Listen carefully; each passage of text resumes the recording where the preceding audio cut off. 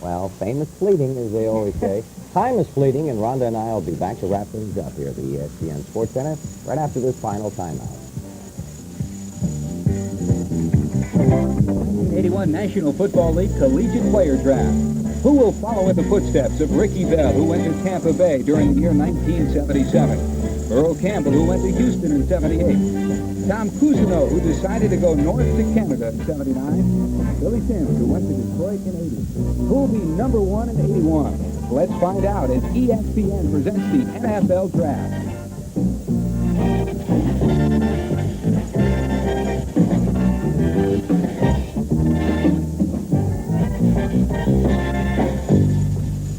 ESPN presents the 1981 National Football League Draft. Brought to you by Hilton Hotels Corporation. When American business hits the road, American business stops at Hilton, America's business address. And by Natural Light Beer. Taste is why you'll switch to Natural Light. Get it on. You're looking at the floor of the Grand Ballroom of the Sheraton Hotel in New York City, where for the next 8½ hours, history will be made. We start the 1981 National Football League season. We've been talking a lot about it in recent weeks and recent months, and in fact, a lot of work has been done during the past couple of months towards developing the 1981 National Football League Collegiate Player Draft. We know who the big names are. We know who the big athletes are. We know what is expected. We know the names of Rodgers, Taylor, and the like are expected to go near the top of the round. But what is unexpected? That's going to be a good portion of the story during the course of the next 8½ hours from here at the Sheraton in New York City. From Oakland, we'll be reporting on what's transpiring there, and also from our broadcast center. Bob Lee is standing by at our broadcast center right now to take a look at what will most likely be the top picks of this 1981 National Football League Collegiate Player Draft. Thank you, George. And there's very little doubt that the 1981 season does begin today. Bud Wilkinson, the team's plan, they get the computers out, the budget's out. It all begins today, even though the exhibition season is months away. Well, what happens today will determine the future of the teams this year to a degree, but more importantly, 2 or 3 or 4 years from now, from the player standpoint, where they're drafted relates to how much money they're going to make. Paul McGuire, there's pretty much universal agreement that this draft is solid through 4 rounds, very deep this year. They're deep at linebacker, they're deep at defensive backs. But I think the one thing, Bob, that people are overlooking is the fact that they are extremely deep in quarterbacks. And it was announced yesterday, I believe, that Dave Wilson of Illinois is available in this draft, and that might throw a monkey wrench into some things. It's going to make the strategy very interesting, especially as far as the Rams are concerned early on. Howard Balzer from the Sporting News, your selections for the top 3 picks. We've heard about whether the Jets will make a move or not, but who are the top 3 picks in your mind? Well, I'm waiting for Bum Phillips to go against the grain and throw everything off, but he'll probably select George Rodgers. I think the Giants will then select North Carolina linebacker Lawrence Taylor, and then the Jets, if they hold on to that pick, will probably select UCLA running back Freeman McNeil. Well, let's focus in now on those first 3 selections as you have picked them. The Heisman Trophy winner, George Rodgers. The first selection does belong, of course, to the New Orleans Saints. Rodgers, 5,200 yards on his career rushing, and also a good receiver as well. A lot of people say that Bum should take some linebacker help. His son, the defensive coordinator, Wade, says that. But I think with the 2 picks they have on the second round, with the first choice, of course, again on the second round, they'll probably go for their defensive help there. Of course, is his wrist okay? He had the slight wrist problem late in his senior year. If his wrist is healed, he could be ready to step right in and move a ball club into possibly contender status. The Giants own the second selection. It's thought they will go for defensive end Lawrence Taylor out of North Carolina, number 98. Of course, projected as a linebacker. Like Bud said, where these players are selected is going to indicate how much money they're going to get. And there's some talk that some Giants players might walk out if he gets the $750,000 for 3 years he's asking. But he's an excellent player, and he's moved up to the top of the linebacker class. Right now, the Jets own pick number 3 overall in the draft, the 3rd pick in the first round. They are thought to be leaning towards Freeman McNeil, number 24, the running back out of UCLA. The Jets fans in the balcony in New York are probably going to scream again when a defensive player is not taken. But again, the draft is 12 rounds. You can get that help later on. And McNeil will help them because of his versatility coming out of the backfield to catch the ball. He's a good blocker and, of course, a good runner, as we can see. Well, those are the projections for the first 3 picks. They are, of course, subject to change with trades and machinations that will occur at the Sheraton. Also, we'll be checking in live at Minucci's and also live in Oakland, California, seeing exactly what's happening out west. And we'll check back in just a moment with New York as ESPN's live and continuous coverage of the National Football League draft continues.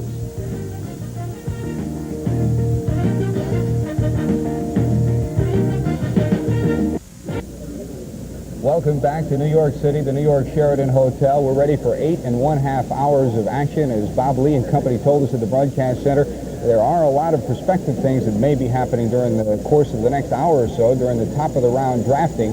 And to comment on those, Paul Zimmerman of Sports Illustrated will be with us to add his expert commentary during the course of the draft.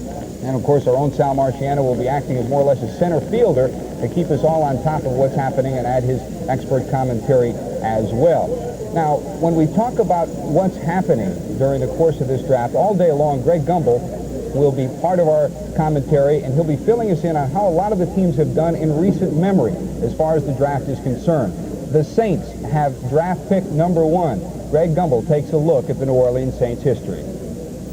The New Orleans Saints have been the worst team around for quite some time now. Too long, in fact, if you happen to be a New Orleans fan. And the reason is downright incompetence when it comes to draft time. The statistics will tell the story for New Orleans. Only 9 starters through the draft over the last 6 years. In 1976 and again in 78, the Saints had the number 3 overall pick. Over the last 6 years, the Saints had 7 first-round choices, only 3 of them with the team today. Wide receiver Wes Chandler, kicker Russell Erxleben, and last year's number 1 choice Stan Brock. 6 of the starters for the Saints came as free agents. Premium errors, the Saints haven't made them recently, but they do have some in their history. Bob Watts in 77, Bob Simmons in 76, and 4 of them in 1975. But the Saints need a good, solid, productive draft this time around. Bum Phillips, the new head coach of the Saints, has quite a challenge ahead of him. You see, the Saints have been in the NFL for 14 years, and they haven't had a winning season yet. Thanks, Greg. Greg will be filling us in on each one of the teams as we come to draft time, as we feel it's necessary. Paul Zimmerman, you had your mock draft. You felt, as of last night, that probably the Saints would go for George Rogers. How does it shape up this morning? Well, if you remember, I said that if they made a trade, it would be for veterans, not for drafts. They have 18 picks. I don't think they need more choices. They don't need numbers. They need good players, proven players. I don't know how much sense it would make to trade Rodgers or whoever they want to draft. I know the Cowboys are after him, and they've offered Guy Brown, Larry Bethea, and Ron Springs, which means they want to get rid of their mistakes. Except for Springs, he was proven, but the others are just players that they want to get rid of. If you remember, the Cowboys traded 3 times to get the top pick in the whole draft or close to it. They got Tony Dorsett, Too Tall Jones, and Randy White, who were very near the top, and that's the heart of their team. And the people they gave up were Craig Morton, Tody Smith, Billy Parsons from draft. All right, that's part of the story. The draft picture, as far as the fans are concerned, is another part of the story. Leandra Riley is ready as we begin the fans' entrance here at the Sheraton Hotel in New York City. Well, as you can see, there is quite a crowd here at the Sheraton, and the fans have been lining up. Are you ready for this? Since 4:45 this morning. The fans are ready to pass out cards and numbers and things like that so that it's an organized entry to the draft. And if you think it's difficult being a player, a collegiate player, to be drafted, it's even more difficult these days to be a fan. Not only to get up at the sunrise to get a good seat in the house today, but they also are involved in a fan contest. And with me is a young man from Wilmington, Vermont. Your name, please, and the team that you're rooting for. Dave Thomas, a diehard Jet fan. Okay, now Dave Thomas got here at 4:45 in the morning, and how many drafts have you been to? This will be my 9th draft, and the 9th draft where I've been one of the first 5 in the draft itself. Okay, and he's, of course, referring to being the first 5 fans. You were involved with the contest last year, and for those of you that are unfamiliar with it, the NFL sponsors a contest in which the fans are invited to select the first 28 choices. If there is a tie, it will then go into selection for accuracy in terms of players chosen for teams. But how did you do last year? Last year was one of my best years. I had 19 out of the first 21 picks pinpointed. I had 23 picks altogether. What killed me at the end was the defensive backs being picked. I guess all the teams were scared after the Jets went for Lamb Jones. Okay, as you can see, the fans are knowledgeable. The competition is stiff. So let's go back with more NFL draft action. Thanks, Leandra, and she'll be filling us in on what's happening in the gallery all day long for 8.5 hours. Sal Marciano, draft number 1 goes to the Saints. How do you see it at this point? Well, the Saints are sitting on that top pick, and everybody's still wondering if, even at this last moment, are they going to trade it away. There's a competition of another sort, and that's between administrators, executives, and evaluators of talent. Dick Steinberg and Steve Rosenblum, of course, resigned from New Orleans when John Macon made his decision to go with Bum Phillips. And Steinberg left New Orleans with a shot at the organization by saying if he was still in New Orleans, he would take Lawrence Taylor, the linebacker from South Carolina, as opposed to George Rogers. To me, he's leaving town and throwing a rock at the organization. And I wonder at this moment, we all do, if Bum Phillips is going to sit on it and choose Rogers, despite what Steinberg said, or is he going to trade it away? That is pick number 1. It will be coming up in just about 15 minutes or so, the first pick of this 1981 National Football League draft. The man who will preside over that first pick is with our Sam Rosen on the floor here in the Grand Ballroom at the Sheraton. Sam? And George, the commissioner almost didn't make it. He got stuck in the elevator coming downstairs. We spent about 20 minutes with some of your people. They finally got us out. Commissioner, a lot of work goes into the NFL draft, and the teams do a lot of homework, a lot of preparation. I wonder if you could talk about the intricacies of the preparation for this draft. Well, of course, they start following them in their freshman year, and they just compile every bit of information they can, because the draft is really the lifeblood of the development of a football team, and they don't like to make mistakes. And today, of course, is the culmination of having watched these players for 4 years. What do you think is going to happen early in this first round? I imagine there'll be a surprise or two. That usually happens, either a sudden trade or a switch in someone's anticipated position, them taking someone that wasn't expected. Had a couple of developments happen last evening.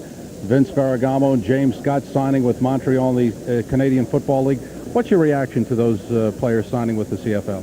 Well, sorry to see them not stay in the National Football League. We'll just have to go out and find others like them, I guess. The clubs will in the draft. Do you think that moves like that will affect how the team will draft? It well could. That's right. It well could for both teams, for both the Rams and the Bears. Thank you, Commissioner. Thank you for being with us. Now back to George Brand. Thanks, Sam. Sam will be on the floor during the course of this entire 8.5-hour broadcast to get a reaction from some of the team officials, from some of the media people who will be here, some of the players as well. Chris Berman is at Mike Minucci's. We'll check in with him after this word. Hey, New York town, New York town, New York town. Paul Zimmerman and Sal Marciano will be adding commentary. Sam Rosen is on the floor of the ballroom at the Sheraton to give us the perspective of the different team officials. Leandra Riley is with the fans here at the Sheraton. And at one of the favorite sports watering holes of New York City, apropos, Chris Berman is there at Mike Minucci's. Chris, how are things looking over there? Thank you very much, George. And you can see the red and the white tablecloths. Maybe a little early for some to start going, but we're at Mike Minucci's restaurant, where a lot of sports folk and the Big Apple will be coming out to give their opinions on the draft. It's at 7th Avenue and 52nd. And if you're in the Big Apple, you want to give your opinion, by all means, stop by. Frank Ross is with me from Inside Sports, along with Jack Dolph, the first commissioner of the ABA. And Frank, before the bar opens, what do you expect to see here in the draft, the first few picks? Well, it's ironic that the first 4 teams selecting today are the only clubs that did not make the playoffs in the last decade. For the Giants, if the Saints make a change and go with Lawrence Taylor, George Young will be confronted with the opportunity to decide between Hugh Green and George Rogers. He'll take Rogers. For the Jets, if they take Freeman McNeil, I think that'll be a mistake, primarily because McNeil will help their running game, but 2 years ago they led the league in rushing, but they only won 8 games. Yeah. Hugh Green could help their defense much in the manner that Buddy Curry did with Atlanta last year.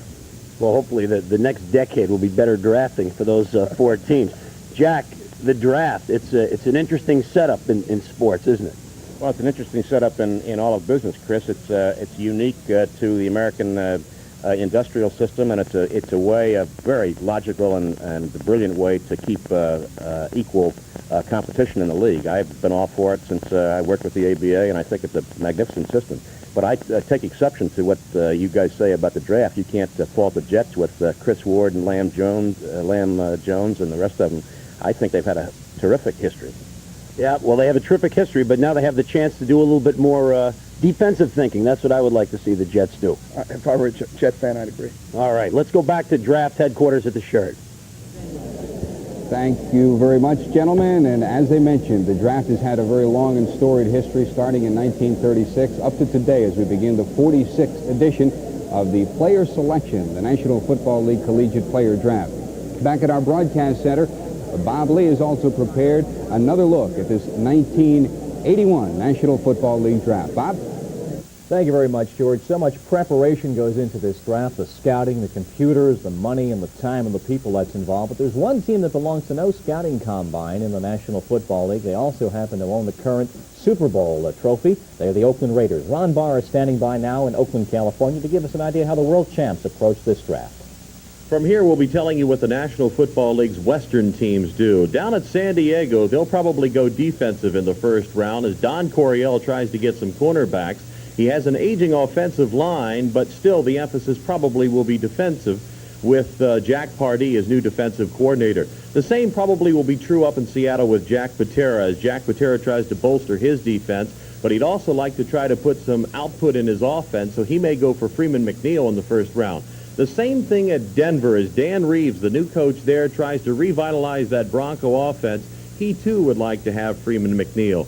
Across the bay at San Francisco, Bill Walsh wants cornerbacks or anybody in the defensive backfield, so Kenny Easley or Ronnie Lott may be the pick there. Here at the Raider headquarters, they are coming off a world championship season, so their pick will be something of a stockpiling nature. And we have with us Al Ocasal, executive assistant to Al Davis. Al, how are you all approaching this draft? Well, not much differently than usual. You know, we've won our world championship for the second time in 5 years. We did it with great veteran talent, and we feel that's how we'll do it in the future. What we're looking for in the draft are people 3 years down the road. Actually, the 81 season is where they'll come in here and learn the system, begin to develop the motivation, traditions of the Raiders. In 1982, they'll be playing some special situation substitution, and in 1983, for the most part, pushing their way up. We've only had 7 rookies start here since 1967. We win with veteran people, but we win. Thanks a lot, Al. So the Raiders will be going with the team they have, but trying to stockpile some quality players. They'll be picking 21st and 28th in that first round. From the Raider headquarters, I'm Ron Barr. Thank you, Ron. They are the only team, the Raiders, with 2 first-round selections this year. Let's go back now to the Sheraton and our own George Grant. George? Thank you very much, Bob. The way things are developing here, we are waiting for pick number 1. The New Orleans Saints will have that first selection, and the rumors that we have, the Oakland rumors, the New Orleans rumors, we understand in talking with people during the course of the last couple of days, and there you see the Saints table as we're developing the last-minute preparation at the New Orleans table. Dan Simmons there, you see shuffling the papers as they're getting ready to pick on pick number 1. Paul, what do you think is going to happen as far as the trade possibilities are concerned? It's a domino effect. If one moves, then there may be 2 or 3 in the next 4 or 5 picks. Well, it sure dominoes my picks in the magazine. I think New Orleans is going to pick Rodgers. I talked to John Meekum the night before last, and he was complaining about the price. He gave me something like a $5 million package that Jack Mills is asking. Jack Mills is Rodgers' agent. He was Meekum's fraternity brother in college. And Meekum says that Jack Mills is just an errand boy, and Jim Carlin, the South Carolina coach, is calling the shot. They're crying poverty. They're saying the price is too big. And if they don't take him, that's why. But, you know, this is all draft talk. Doesn't mean anything yet. How about the Rams? The Ferragamo defection yesterday became official. What possibilities are there? I don't think they'll pick Campbell in the first round. I think if they upgrade, now I projected trade with the Jets to get up to the 3rd pick. I think they'll take the super running back, McNeil, and try and go with Hayden. Klosterman keeps saying how great Hayden is. All right, we'll see as it develops during the course of now the next 10 minutes. They'll be making that first pick in about 7 or 8 minutes. Let's check back up in the gallery with Leandra Riley. Leandra. We're up here with some of the fans, and right now there's a young man here who happens to be a Jet fan. His name is Evan Glass. I don't know if you could see Evan in the darkness here, but Evan, you said that the scouts, and let's move a little bit more into our lighting here. Evan, yeah. You weren't particularly happy with the scouting situation. How do you feel about the way the scouts set up their rating? Well, the scouts judge the players mainly on the All-Star game. And if a player plays poorly in the All-Star game, he doesn't count it as a detriment to him. Whereas if he plays well, he just adds points onto the system. So as where Lomax has played poorly in the All-Star game, it was his first real competition. He still played poorly, and they accepted as he played well. So it counted as a benefit to him. But in reality, for another ball player, like for Herman, it would have been a detriment to him. Do you think that there should be a detrimental type system? In other words, it shouldn't be all positive? Yeah, because if he plays poorly against, like, Lomax is finally playing against players of his equal caliber. So for this is the first time that he plays against players of his equal, and he doesn't play well, and it doesn't count as a strike against him. It seems to me to be ridiculous. Okay, that's how the fans feel about the scouting situation. Let's go back to George Grant and see if we're ready for our first pick.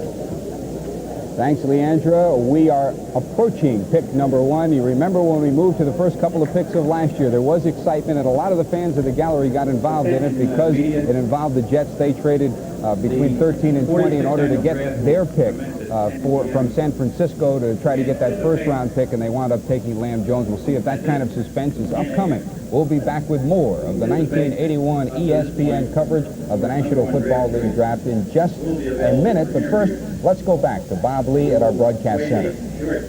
Thank you very much, George. We were talking to Dick Vermeil on Sunday Special, and he said, Bud, that the firm policy, for example, of the Eagles, never to trade a 1, 2, or 3 first, second, or third round draft pick.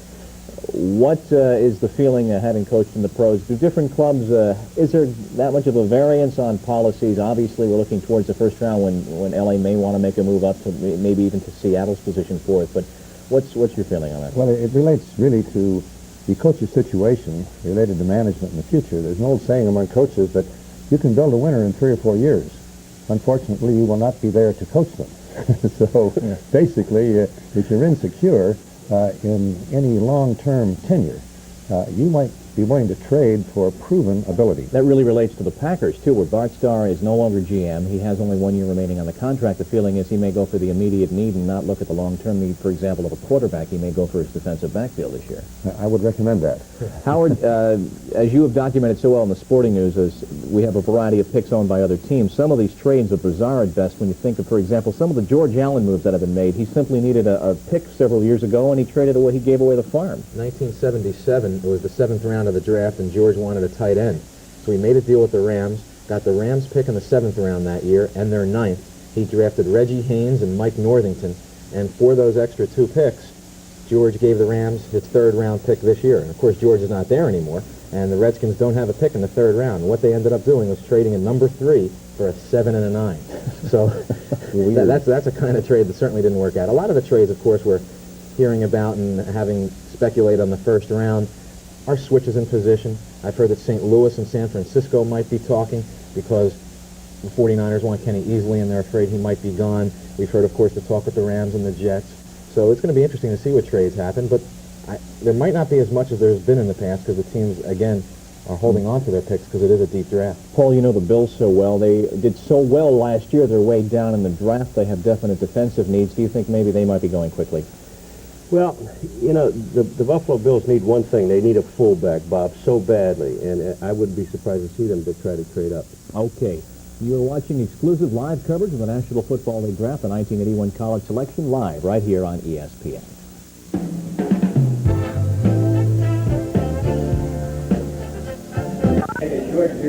There you see the gallery as the suspense builds during the course of probably the next minute and a half to 2 minutes. Pick number 1 will be made of this National Football League Collegiate Player Draft. There is Commissioner Pete Rozelle. To his right is Jan Van Duzer. To his left, Val Pinchback, the Director of Broadcasting. Van Duzer, the Director of this draft. And as you might imagine, the talk at this moment centers on the New Orleans table. Will they make a trade? Will they pick George Rogers? Or will they go with Lawrence Taylor? We should tell you that the commissioner indicated to us just a couple of moments ago, at this point, there is no indication that any trades have been made at this point. But again, remember, we should reiterate, this is a domino effect. If one pick is made, then there is a possibility of maybe 1 or 2 trades that are contingent on that pick possibly coming to fruition. So we won't know until the wheels go into motion. And those wheels are just now beginning to turn. Commissioner Rozelle, within moments, is set to make pick number 1. And we will go from now through till 6 o'clock Eastern, 3 o'clock Pacific with all the latest. Paul? Well, I hope there's no trade. I projected Rogers. One interesting thing is I don't see Rogers in the room. Usually they have the first player here, and I don't see him around, which makes me a little nervous. Okay, here's Commissioner Pete Rozelle. He is ready to make the first selection. That's Commissioner Rozelle ready at the podium now to make the first selection of draft number 1. Joe Ryan of the NFL offices beginning to come over. He's got to turn the microphone on before you can hear the commissioner. So while there are multi-million-dollar operations waiting, they have to wait for a 15-cent mic switch. The 46th Annual National Football League Selection Meeting is now in session. First choice, first round, belongs to the New Orleans Saints. Saints first up.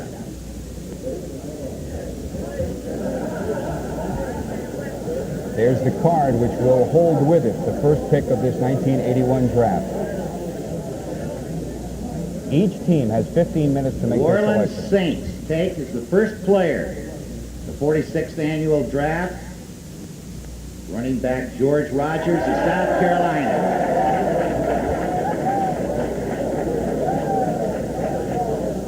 Next up, the New York Giants.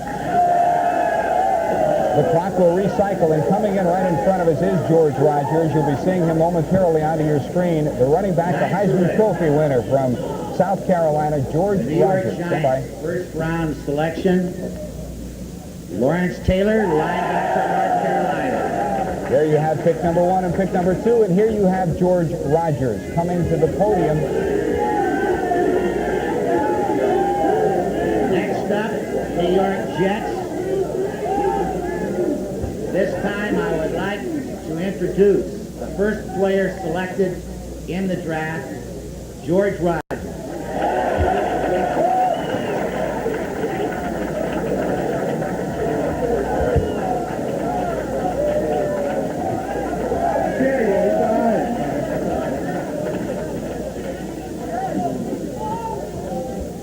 I don't really know what to say, under all the circumstances. I'm too excited really to say anything.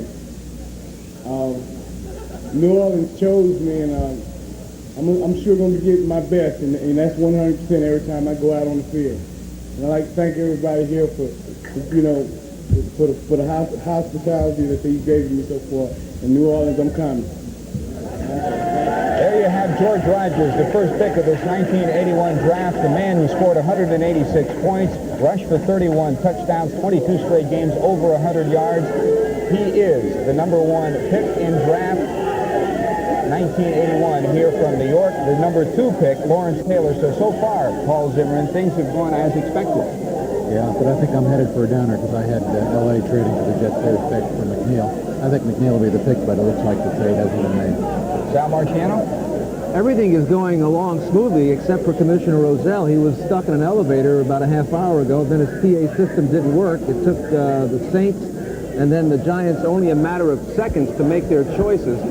And we have George Rogers will be available. George Rogers still on the podium with Commissioner Rozelle posing for pictures. The Jets are next, and as everybody keeps saying, the trades didn't come. There's suspicion that Al Davis got to that elevator. Okay, Paul, we had 2 picks. Pick number 3, let's go to the commissioner. The New York Jets, first round selection. UCLA running back, Freeman McNeil.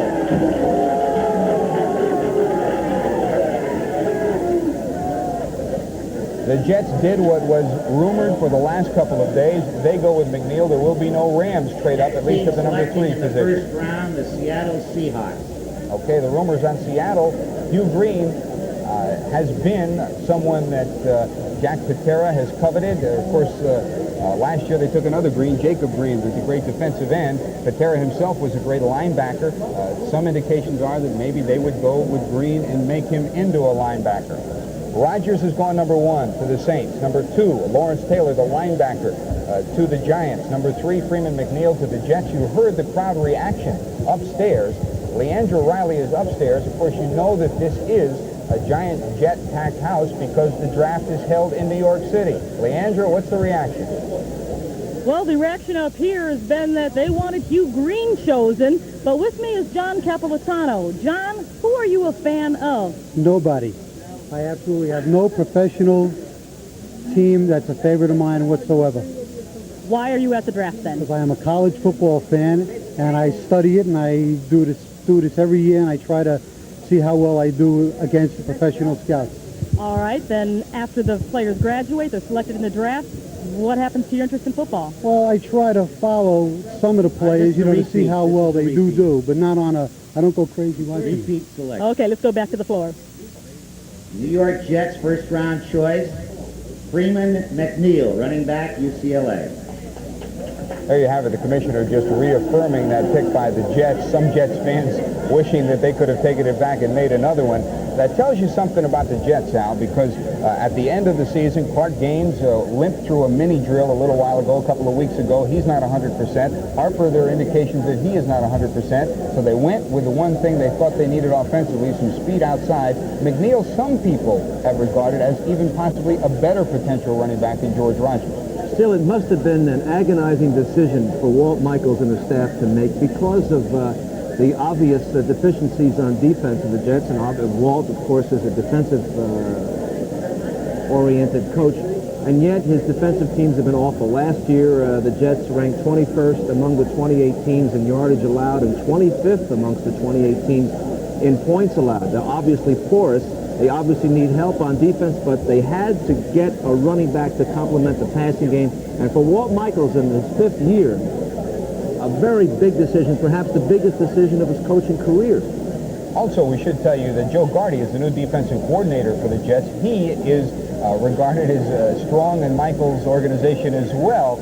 So there is a feeling that they wanted defense, but they end up going for McNeil. Over at Mike Minucci's, Chris Berman is there, and Chris was just with Hickey and company a couple of days ago. How do you read this one, Chris?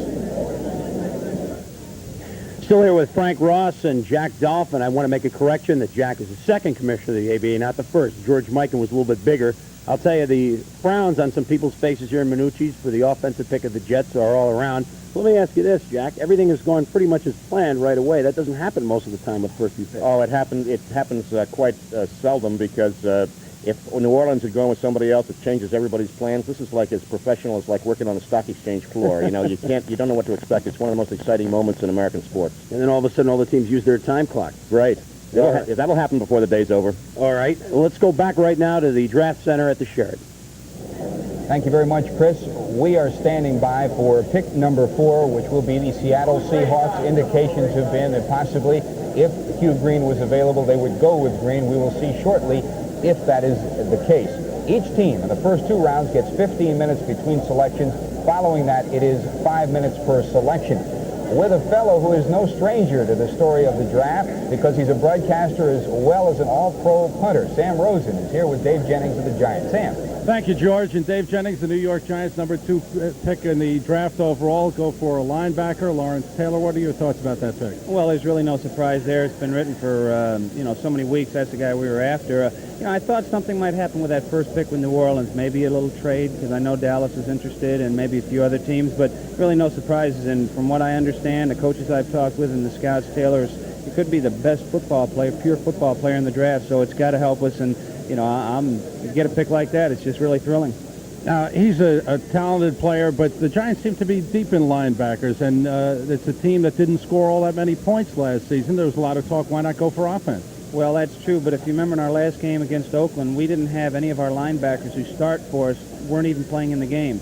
So we had a lot of injuries last year, and he is really going to help us. Offensively, I guess the Giants feel we can get a good running back or a tight end on the 2nd and 3rd rounds, and that's what we're going to look forward to in the next hour or two. There was some controversy earlier this week that some of the linebackers, some of the defensive players might walk out.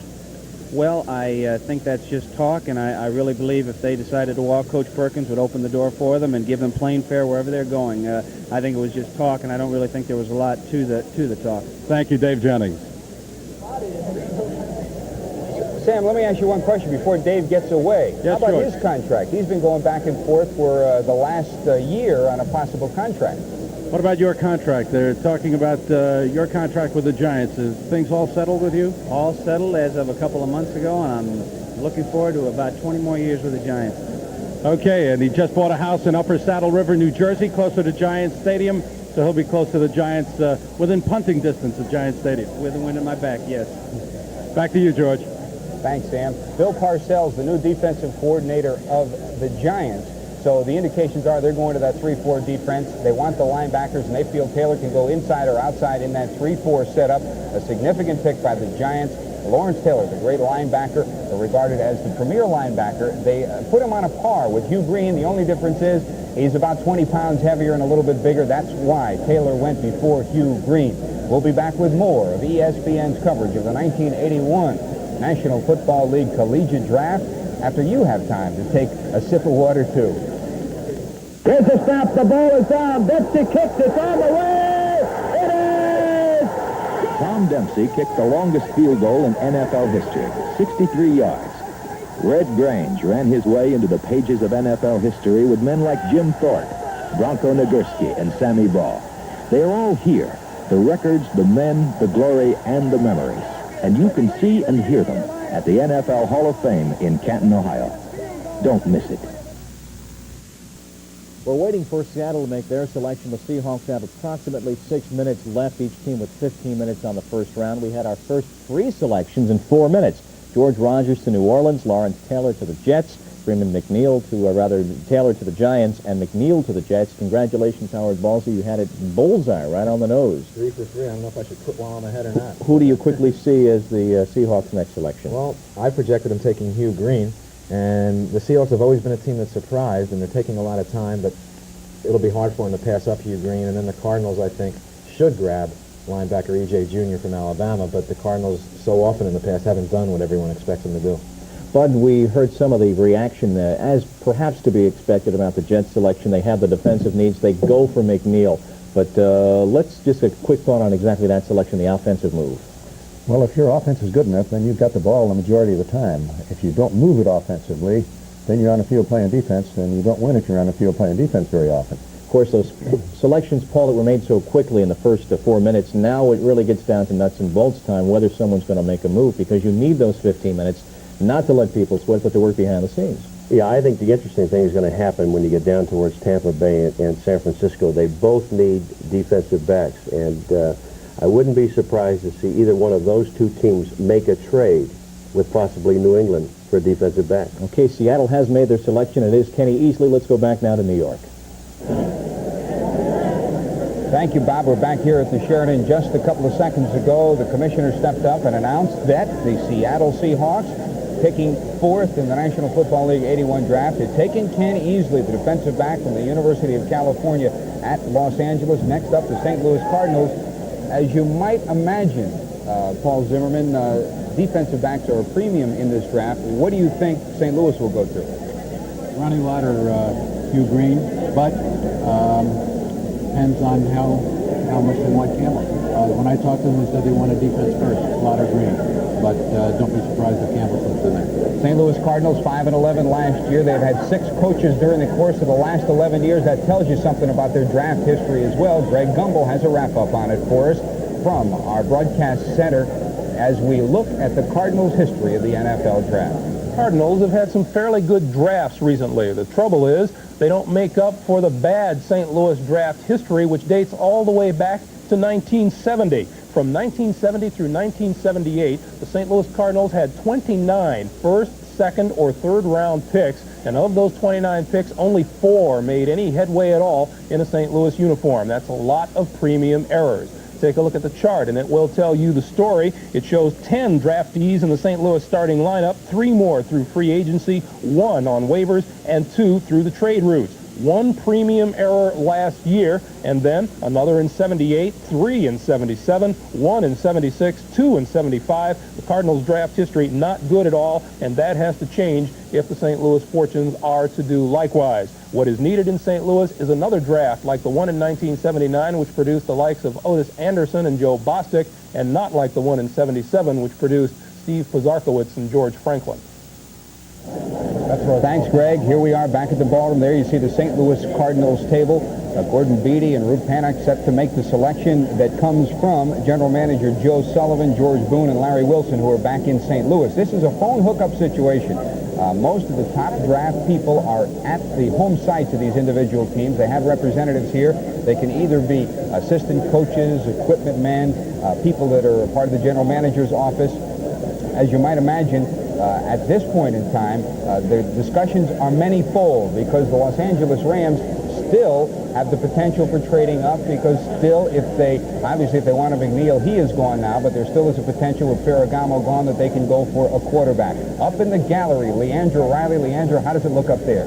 It looks pretty good. There were quite a few surprised football fans up here that Hugh Green wasn't selected, and Don Malmakevich of New Jersey is one of those fans. What do you think St. Louis should do now? I think St. Louis going to go with Ronnie Lott. He's a defensive back, and they have a defensive backfield that's getting old. I guess Roger Worley's played a number of years, and last year when they played the Giants, he had a lot of trouble. As a matter of fact, I think they substituted for Roger Worley last year. So you don't think that should go with Hugh Green? Well, I don't know. I think they need help in their defensive secondary. However, they obviously know their team a little bit better than I do. How are you doing so far in your selections? Right now, I've picked 3 out of 4. Not bad, 75%. Let's go back to George Grant and see what's happening on the floor. All right, we're waiting in just a little over 10 minutes remaining on the next selection, the St. Louis Cardinals selection. Sal, so far, Paul Zimmerman's been pretty hot. He picked the first 3 athletes off the top. He picked Green to go for Seattle. Instead, it was easy, but he was right on defense. And so far, South Carolina and UCLA have a lock on this draft so far. The first 2 players were South Carolina players, and the next 2 UCLA players. The pick of Ken Easley by Seattle, do you think, Paul, do you believe that Easley was picked because he can return kicks instead of Lott? Oh, possibly. I think they must have had a very interesting high-level discussion over the last 2 days. The first guy that they wanted was Green, then they wanted a running back, then their third need was defensive back, and Lott and Easley were running neck and neck, and usually when those things come down to the wire in the wee hours of the morning, it's whoever argues the best and the longest to get outlast the others, and somebody must have been Easley's corner there. We should indicate, too, that from a standpoint of this draft, Kenny Easley, Ronnie Lott, Smith, also from the University of Southern California, Dennis Smith, and also Dixon. Hanford Dixon regarded as a prime candidate for the top spot from a defensive standpoint. You have to imagine that when you look at what's happening this year from a defensive backfield standpoint, most of the athletes that they look at, they're going to want to move to a cornerback position one way or another. Easily, there is a question whether or not he can be switched or where he will play from a defensive standpoint. If there is a criticism, it was that he might have freelanced too much at UCLA. Well, usually what happens is you draft a cornerback and then you move into safety. Very seldom do you draft a safety and move into cornerback. A lot they say can make that switch, but I think Easley's a pure safety. I want to correct myself. It's Lawrence Taylor of North Carolina, not South Carolina. We're still waiting on the St. Louis pick. We have just a little over 9 minutes remaining till the St. Louis time expires. We're standing by to see if a trade does come to fruition. We'll be back with more of the 1981 National Football League Draft exclusively on ESPN after this word.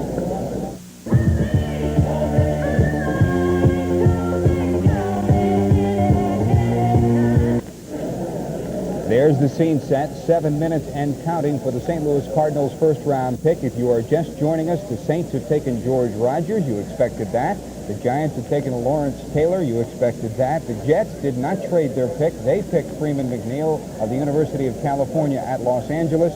And Seattle picked Kenny Easley. There you see the fans upstairs in the gallery.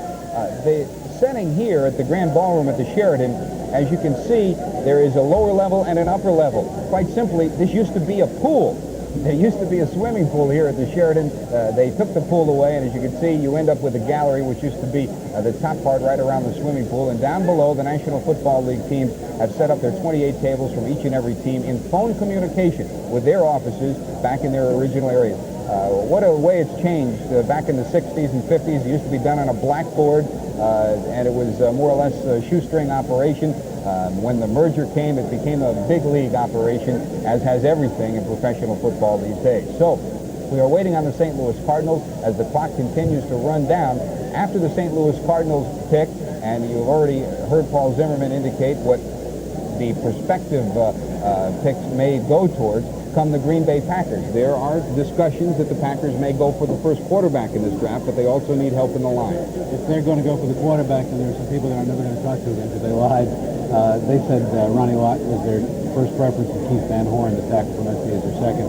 They said they worked Campbell out, and they're worried about his mobility. They said he didn't run sideways for it. Paul, let me ask you, around the league, if you talk to the players, you talk to the coaches, you're regarded as one of the foremost writers and people that cover the league because you do your homework. You talk to people. You get the straight story from them. How much of a chess game is this? You talk to the player personnel people, and then what do you do afterwards? You add up what they told you, see if it pans out, and see whether or not they were straight with you?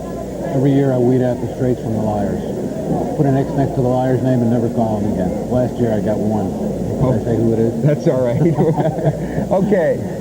At Mike Minucci's, Chris Berman is there to keep us abreast of what's happening with the Giant and Jet fans and some of the other people, former players who will be there during the course of today. Let's go to Chris Berman and see what is transpiring at Minucci's as we begin to wind down to the St. Louis Cardinals pick. We are under 6 minutes now as the Cardinals are prepared to make their first selection in this first round of the National Football League draft. Chris? Okay, George, Dave Scott and Mike Francesa are with me here from College and Pro Football News Weekly. And I guess pretty much as according to plan, Dave. Yeah, no surprises, really. In fact, the only thing I'm surprised at is that they didn't take their full 15 minutes. It's refreshing if they've had 4 months to think about it, and they went right to it. Well, they pay for their 15 minutes. You would think they would use it. Yeah, well, now they got other things to do. They can think about round two. It's a deep draft, and there are a lot of good players. Mike, the Seahawks going with the defensive back, you thought maybe it'd be Hugh Green. I know I did. I did because he's a defensive leader. I think he had a tremendous career at Pittsburgh. But I feel that team needs a lot of help everywhere on defense. And another priority would be a tight end, and I feel they can get a good one on the second round. Do you think that Easley will go back to a cornerback rather than a safety? I feel he has the talent to play any position in the defensive backfield. Okay. Probably safety. Yeah, all right, he can play anywhere, and there's still some rumblings with some New York fans over the picks. We'll get back to that in a little while. Now let's go back to the guys at the Sheraton. There you have it. We are winding down on the picks for the St. Louis Cardinals. As you can see, it's 3 minutes and 41 seconds. It has to indicate at this point, Sal Marciano, that something is working. The Rams, we know, wanted to trade up. They traded from 20 down to 9 with the Redskins pick. They wanted to trade up possibly as high as the Jets pick. They weren't successful in doing that. They may try to be dealing at this point with St. Louis. Well, with 3 minutes and 20-odd seconds left to go, this is a heck of a time to pull a trade. Paul, the Cardinals didn't have a bad draft last year. What usually happens when you see it going down like this is something has happened that they weren't expecting, like maybe the Easley pick, and now they're trying to rush in that last-minute trade, get it under the wire. I would say if LA is trying to make that trade, it would probably be for Campbell, but I think he might be around when they draft, because now Hugh Green is available. That'll move it all down one, and I think maybe they can take a chance if they want him. I don't think they do. It's very complicated. If you're wondering what happens if St. Louis goes past the 3-minute mark, they don't lose the pick. They just lose the moment of the pick. In other words, if they were to pass the 3-minute mark and that card was not in the hands of the commissioner or one of the commissioner's representatives, then they would go down one more notch. So they would pick after Green Bay, whoever would make that pick. On the floor, Sam Rosen with more reaction. Thank you, George. I'm here with Hub Arkush, the publisher of Pro Football Weekly. And Hub, 4 picks have been made thus far. What do you think? Well, no real surprises. Possibly Kenny Easley going to Seattle, but they were looking for defensive help. They went to the secondary instead of on the line is all. What do you think's taking St. Louis so long? They're trying to decide between a quarterback they might have to wait a couple of years for, Campbell or Lomax, or going for maybe E.J. Jr., some help at linebacker. What do you think they need most? I would go for the linebacker. I don't think they can wait a couple of years right now. Later on, the Rams have to be affected by the defection of Vince Ferragamo to the CFL. They could be talking to St. Louis right now, trying to get that pick. Other than that, maybe talking to San Francisco. They're trying to get in position for Rich Campbell. That's what they're looking for now. Okay, what about the picks that have been made, and how do you feel they'll help? George Rogers, New Orleans Saints. Rogers should give immediate help. Any one of the first 10 players chosen should step right in and play, and I think so far the first 4 players named all will.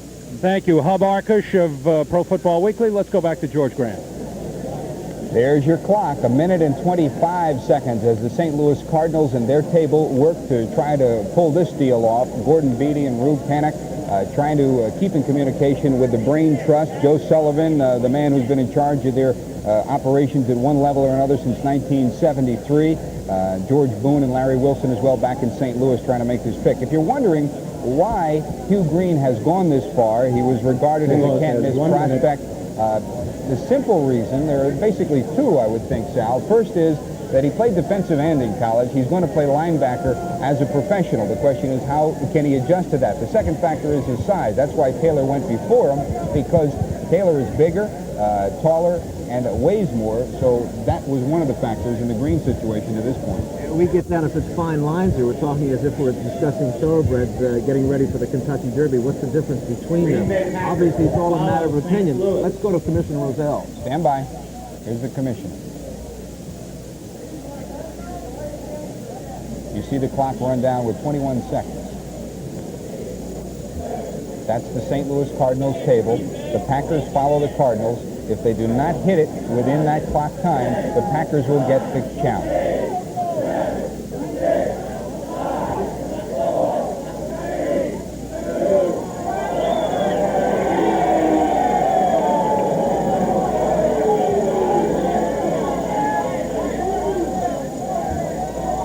Unless the card has been handed to one of the commissioner's representatives. St. Louis selects. Okay. First round choice. E.J. Jr., linebacker, Alabama. E.J. Jr., Esther James Jr. Green Bay III. Packers. That card again, the card has to be handed in prior to that minute mark. Let's go back up to the gallery where Leandra has the St. Louis Cardinal fan. Leandra? With me is Walter Mack, who 3 months ago was in the hospital with open heart surgery, but you weren't going to miss this draft. Absolutely not. Any surprises with E.J. Jr.? Not too much. I figured he was going to go in the top 1 to 5 picks, you know. Okay, who was your first choice for St. Louis, though? I thought Lott would go, or Hugh Green. Are you surprised that Hugh Green hasn't been drafted yet? Yes, I am, because he's a dynamite ball player. I thought he was going to be at least number 3 in the whole draft. Okay, that's the St. Louis opinion. Thank you, Leandra. As it stands right now, the Green Bay Packers have just round up the clock, and they have approximately 13 and a half minutes to make their pick. So far, Rodgers has gone to the Saints, Lawrence Taylor to the Giants, Freeman McNeil to the Jets, Kenny Easley to Seattle, E.J. Jr.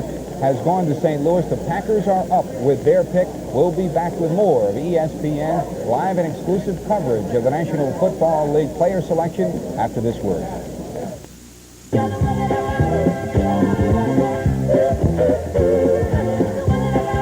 Today's selection, they have approximately 13 minutes to make their first round selection. Bud Wilkinson, you know the Cards very well. They go for a linebacker, E.J. Jr. I know it was as surprising here in the studio as it was in New York.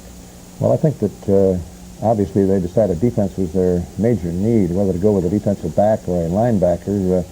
Linebackers are vitally important to stopping the opponent, but they don't beat you in one play like a defensive back does. I was a little bit surprised, though. I think that they feel they can get a quarterback later in the draft. Jimmy Hart's been a great player, but Jimmy's getting to the end of his career. Some of the scouting reports, Paul, say that Junior is the best and was the best athlete on Alabama this past year, but you don't share that opinion. You don't think he's in that same class with Green, do you? No, I don't. I saw E.J. Jr. play, or I did 3 other games last year, and I'm not that impressed with it. I don't think he is in the caliber of Hugh Green. I just think that Hugh Green, something is happening, and Howard, I know, has some opinions, but something's happening going down the line, and I just can't believe that Hugh Green has not been taken ahead of E.J. Jr. Well, let's give Howard credit. He had the pick on, dead on, but that was predicated on Green having been selected already. Is there a mob psychology now in effect that maybe there's something about Green that people are asking themselves? I think that happens a lot, Bob. It happened a couple of years ago with Kellen Winslow. A lot of people expected him to be taken very early, but as each team passed on him, everyone else started thinking, well, maybe he's not the guy we think he is. And again, Junior was taken ahead of Green. He's bigger. He weighs more than Green. And so the teams now are thinking, well, maybe that team knows something that we don't know. And it sort of passes itself on down all through the round. And that might be what's happening with Hugh Green. And now it's going to be interesting to see where Green does end up. We got Green Bay selecting now. I still think they'll go with Ronnie Lott.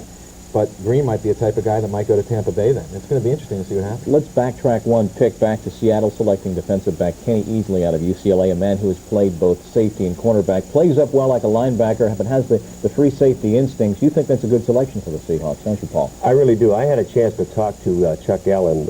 He's in charge of college scouting, and he said that they are a solid football team. And everybody, you know, of course, they did not win a game at home last year. But he said, we have our first 22 people are very solid. They needed a defensive back. They need a defensive end, and they would like to have a backup running back to go with Smith. So Seattle is sitting in a great position. They got one of the people that they really wanted, and that is Kenny Easley, and he's going to fit right into their scheme of things. Green Bay is up at this point. We chatted about their situation earlier in that Bart Starr has 1 year remaining on the contract. They need a wide receiver. They need help on the offensive line. They have not drafted well. They had no starters, Bud, come out of last year's draft. Well, I think they'll pick a starter this time. They really are in a situation, aside from personnel, where I think the public, the fans of publicly held corporation, they won't stand for this much longer, will they? Well, one of the problems with the Packers last year is some of the guys they drafted were hurt, and one went to Canada, Bruce Clark. George Cumbie got hurt. Mark Lee, the cornerback drafted on the second round, got hurt. And that's where the Packers really had troubles last year, was in injuries more than anything else. And this really sets up now the Rams, as these other selections go down, they still will have that quarterback they want available in the 9th selection right now. That's right. It's going to be interesting, really. And Hugh Green is becoming the key to this all, because the Rams will be able to get Campbell or even Lomax. Both of them are probably going to be there. But maybe Hugh Green will still be there. That one pick has really thrown it out. Bud. Well, Ken Easley, just one more point. It's a rare thing to have somebody who can play both corner and safety. Usually, you can play one or the other, and that's a luxury to have back and go either way. For the recapping once again the initial picks, George Rogers, as selected, went in the first pick to New Orleans. The Giants selecting Lawrence Taylor. Third selection belonging to the New York Jets. They went for the multi-purpose running back, Freeman McNeil out of UCLA. Then Seattle selecting defensive back Ken Easley. Seattle making their selection rather quickly. In fact, the first 3 selections, if you were with us, made in the span of about 4 minutes. E.J. Jr., as the St. Louis Cardinals went right down to the final moments. The card was handed up to Commissioner Pete Rozelle exactly as their 15 minutes did expire. They went for the linebacker, actually the defensive end, but he'll be a linebacker in the pros, E.J. Jr. And Green Bay has, by our reckoning, about 8 minutes left on their selection. Howard? Very quickly, one thing that I've heard on San Francisco is that the 49ers wanted Watt or Easley. And Watt is probably going to end up going now, I think, before the 49ers pick. And you might see San Francisco try to trade their pick at least to another team to get some extra picks somewhere down the line, like they did last year twice. Of course, Washington has selections looking way down there, number 20th. Cincinnati has the 10th overall pick. Paul, do you think, you mentioned earlier about possibly the Bills making a move. Is there anybody else you think in the lower rungs of the first round? Seeing these developments now, seeing Green available, is someone going to make a grab now and try and make that trade with someone, say, who is 7 through 12, who could still have a shot at Green? I really don't think so, but I have to just admire L.A. for their going from 20 down to 9, and the way things are happening, it just shows how smart they really were. They're in a great position to get what they want, a quarterback. It's all going to work out possibly for the Rams. They may have that quarterback still at the 9th position. Let's go back now to New York City and George Grant. George? Thank you, Bob. Commissioner Pete Rozelle. Green Bay Packers, first round choice, California quarterback Rich Campbell. Next up, Tampa Bay. There's the first quarterback selected in this 1981 NFL draft. Rich Campbell, the quarterback from the University of California at Berkeley. Campbell, as you know, set records for pass completion percentage, 70% in a season, over 60%, 64% for his career. The big question mark on Rich Campbell was his knee. He had ligament surgery last year, did not last the season, but according to all the statistics and all the timings that they've had with him, he's 100%. And that's why they rank him ahead of Neil Lomax from a quarterback standpoint. I wonder if this choice really will satisfy the fans in Green Bay. It seems to be a public kind of pick. We have a coach who was, of course, a great quarterback who was 1 year remaining on his contract.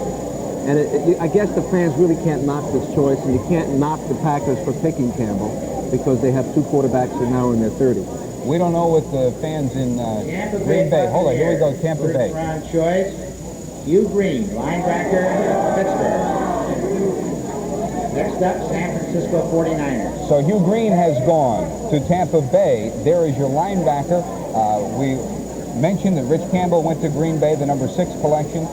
Tampa Bay, the number 7 selection to Hugh Green. Up in the gallery, Leandra Riley. We don't know what the people in Green Bay are saying right now about the selection of Campbell, but we do know what the people here in New York are saying. Leandra, what's the reaction to Rich Campbell in Green Bay? Okay, with me is Joe Kurz, and he's, I guess you could say, ditching work. You were a little surprised at the Green Bay selection. Yes, I was. I was looking for them to take someone who could help them right away and get them in their playoffs this season, but... You don't think Campbell can do that? No, it's definitely a move for the future, and it was a move they made because, well, they got rid of Starr so they can make this move, because I guess they figured Starr would take someone who could help them right away. It was a good move, though, because it will, in years to come, it will pay off. Okay, you said that the offensive line and the defensive back need some strength. Who do you think they should go with next time? In the second round? Long shot It away. depends who's available. So, I don't know, Dixon, if he's available. If Dixon's available, okay, we're going to keep an eye out for that. And let's go back to George Grand and get some reactions maybe about the Tampa Bay situation. Thanks, Leandra. As it stands right now, Rich Campbell has gone to Green Bay, the first quarterback to go in the draft. He comes from a great tradition. Joe Roth, Bartkowski from California. Ron Barr is in Oakland with this reaction on someone who should know about Campbell. Here at the Raider headquarters, we've just learned Rich Campbell is going to be playing his professional football at Green Bay. And with us is the head coach of the Cal Bears, the man that coached Rich Campbell, Roger Theater. Roger, what about Rich going to Green Bay? How will he fit in with their program? Well, of course, I think Rich should fit in anywhere. We think he's in the mold of some of the great quarterbacks that we've had, very similar to a Bartkowski. I have no doubt that Rich is going to be a tremendous asset to the Green Bay organization. Okay, the reports that we have on Campbell is that he can't throw long. He's accurate within 30 yards. Can you talk about that? Well, I tell you, if there isn't a fact that Rich Campbell can't throw, I've never seen a situation like that. I think in our case last year when people were saying that about Rich, the problem we had, he's such a great quarterback that every game we played seemed like when the ball was snapped, the defensive backs were running for the other goal line. And we didn't have the great speed, the Wesley Walkers that we've had. So I think that's the reason people were saying, because Rich really didn't do it. Okay, thank you. Rather than the Redskins. All right, the other trade. The Los Angeles Rams trade linebacker Bob Brudzinski and a second-round draft choice in this draft, which is the last pick in the second round that the Rams previously acquired from Oakland. So they trade Brudzinski and their pick, which is the last choice in the second round, to the Miami Dolphins in return for 3 draft choices. The Dolphins' second and third picks in this draft, and a second-round pick in 1982, next year's draft, that the Dolphins previously acquired from Tampa Bay. All right, I'll review that for you. Rams trade linebacker Bob Brudzinski and a second-round choice in this draft, which is the last pick in the second round the Rams had previously acquired from Oakland, to the Miami Dolphins in return for 3 choices. The Dolphins' second and third picks in this draft, and a second-round choice in 1982 the Dolphins previously acquired from Tampa Bay. There you have it. That's Commissioner Pete Rozelle, and as we were coming back, we didn't want to interrupt. 2 trades announced to recap. Neither one of them have to do with this first round, but both of them rather important because they involve significant names. Joe Washington from Baltimore to the Redskins. Washington hopefully wants to put their running back situation back in check. It was horrendous last year. Joe Theismann had nothing to do with anyone behind him simply because he had no running power, no running game at all behind him. So they hope to put that back together again. And as far as Brudzinski is concerned, Paul Zimmerman, there's been no secret. Brudzinski's been on the shopping block all week long, peddled to anybody who would talk about possible moving up in the draft. I sort of figured Buffalo would be the team, because I knew they were very tight. Chuck Knox liked Brudzinski from his LA days. Miami was a sort of outside possibility. Everybody said no. Shula doesn't like people who walk out of camp, but I guess he does. I guess the loss of John Riggins last year certainly was devastating to Washington. I don't know that Joe Washington can remedy that, but he can at least add some offense to that backfield. Well, the thing that Riggins did so well, and what Washington also does so well, is running that flare route out of the backfield. I mean, they're a terrific pass receiving target. I mean, I saw a game in Washington caught 13 balls. That's going to be a real shot in the arm for that dump-off passing game. I had the same feeling that you did about Buffalo and Brzezinski, because Isaiah Robertson has been a washout. They're paying him big bucks. The big question was, would they get Cousineau back? We probably won't know until May if he comes back from the CFL, but this might be an indication that they feel they can get him back. Yeah, but then you have to ask, where does Cousineau play? I mean, they have that 3-4. He's been playing inside up there. I would assume he's inside. I mean, the man they have to replace is obviously Robertson, and maybe they feel Cousineau can play on the outside. I don't know. I don't think Robertson was a washout. I think they just did. He just did what they wanted from him. He was a little better than the guy he replaced. Of course, the problem on the team was the big money he made. All right, the draft selection process right now. The two trades that have been announced in the last couple of minutes. Joe Washington goes to the Washington Redskins. There you see the clock with 10 minutes remaining on the next selection in the draft, which is the San Francisco 49ers. And the other trade, the Rams send Brzezinski to the Dolphins. Brzezinski plus a second-round pick, which is the last pick, to the Dolphins for 3 picks. The Dolphins' second and third-round picks of this year and a number 2 in 1982. And if you were listening to Ron Barr in Oakland, we did come out rather rapidly just to give you a picture of what's happening with the trade. Obviously, this activity is a little bit of a telethon. It's a little bit of a news story. It's a little bit of play-by-play. It's a little bit of everything, and that's what we're going to be trying to do all day long. First of all and foremost, keep you abreast of what's happening here from a news standpoint. And secondly, as you look at the San Francisco table with Roy Gilbert and the rest of the crew there waiting to make their pick, as we're under 10 minutes now. And secondly, to get the color of what's happening as well. Our first object is from a news standpoint to fill you in on what happens minute by minute. The second object to give you the color of it. And as we heard in Oakland, the people out there feel that Rich Campbell can very definitely be another page in the great history of California quarterbacks. And speaking about the West Coast, I know it's very early in the morning out there. All this wheeling and dealing by the Rams, according to my figures, the Rams at this point still have 8 picks in the first 5 rounds. And they now with these 2 picks, they leapfrog ahead of New Orleans with the total number of picks. I believe they now have 19 picks. They had coming in with these extra picks now. They had a total of 19 picks. So they would leapfrog ahead of the Saints as far as the most total number of picks in this year's draft. We'll be back with more of ESPN's exclusive live coverage of the 1981 National Football League Collegiate Draft after this word. Give me some men who are stout-hearted men who will fight for the right they adore. Reviewing exactly what has happened so far in the first round as we await the selection of San Francisco. They have about 5 minutes remaining. George Rogers, the first selection by New Orleans, the running back out of South Carolina. The Giants immediately thereafter selecting Lawrence Taylor, the linebacker from North Carolina. The Jets took no more than a minute to make their selection. Freeman McNeil, the running back from UCLA. Then Seattle taking about 9 minutes to finally select Kenny Easley, the defensive back from UCLA. 14 minutes later, just under the gun, the Cards picking E.J. Jr., the linebacker from Alabama. And about 8 minutes following that, the Packers going for the quarterback out of California, Rich Campbell, who might step right in as a starter this year for the Packers. And the Tampa Bay Buccaneers, Hugh Green, linebacker out of Pittsburgh. That's where we stand for the moment. Let's go back to New York City and George Grant. Thank you, Bob. There you see the clock. 6 minutes and counting for the San Francisco 49ers pick, Paul Zimmerman. We have San Francisco, and then after that, Los Angeles with the pick that they acquired in the trade with Washington. Those are the next 2 ones up, San Francisco and L.A. Testing 1, 2, 3, 4, 5. This is the hand mic. L.A. has all these drafts, and that's not only this year, but for the next 3 years, they're almost solid deuces from the second. Here's your pick. Let's go back to the commission. Defensive back, Ronnie Lott, USC. The next choice in the first round belongs to the Los Angeles Rams, previously acquired from the Washington Redskins. There you have it. Ronnie Lott of the Trojans, taken by San Francisco. He'll stay on the West Coast, Paul. Yeah, well, of course, it was Lott or Easley for San Francisco. They wanted Easley, but they said it was Lott. But the point about L.A., what are they going to do with all these drafts? I mean, they have a team with stars. It's a veteran team. Only 4 or 5 rookies are going to make it. What do they need them all for? I mean, just collection, like an antique show or something?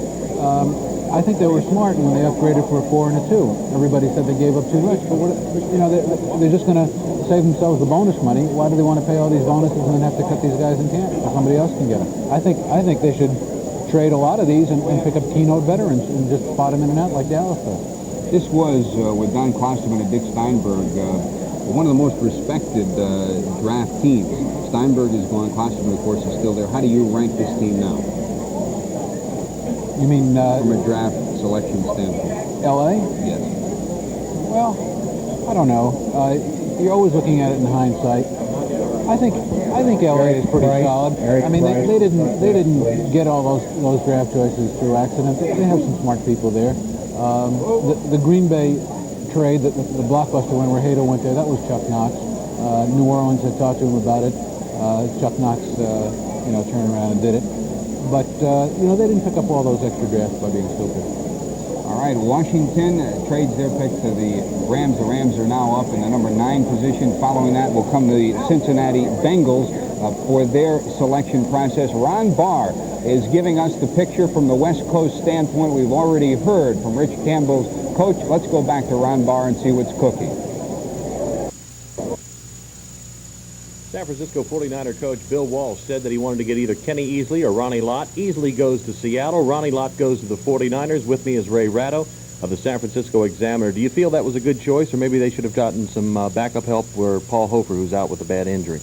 No, they had a serious defensive secondary problem last year and the year before. They had to get a defensive secondary man. And I think they're probably pleasantly surprised that Lott lasted as long as they did. The way the draft was sort of penciled out in everybody's mind here was that both Lott and Easley would go earlier than they did. What about the pressure put on a young player? Bill needs to have somebody in that secondary who can play immediately. Is Lott that type of ball player? Lott's a marvelous player. Having seen him for a couple of years straight now at SC, he's the sort of guy that he's an intimidator. He makes you want to run a different route than is designed. He and Dennis Smith, the other secondary man at SC, were an excellent tandem. And had it not been for Kenny Easley being right across the street at Westwood, Ronnie Lott probably would have been considered, the best secondary man in the Pac-10. Ray, candidly, how much will this help the 49ers defense this year? A little bit, not much. I mean, there are a lot of things that they've got to get. Their shopping list was fairly long. Secondary just happened to be at the top of the list. For people who are expecting Ronnie Lott to immediately turn around, have the kind of year that Lester Hayes had, is very unreasonable because the 49ers are still a team you can throw against. Ronnie Lott is good, but I don't think he's going to make an amazing difference where they won't need any more help. They've got to get a couple more people back there. Okay, thanks a lot. Ray Ratto of the San Francisco Examiner. Michigan.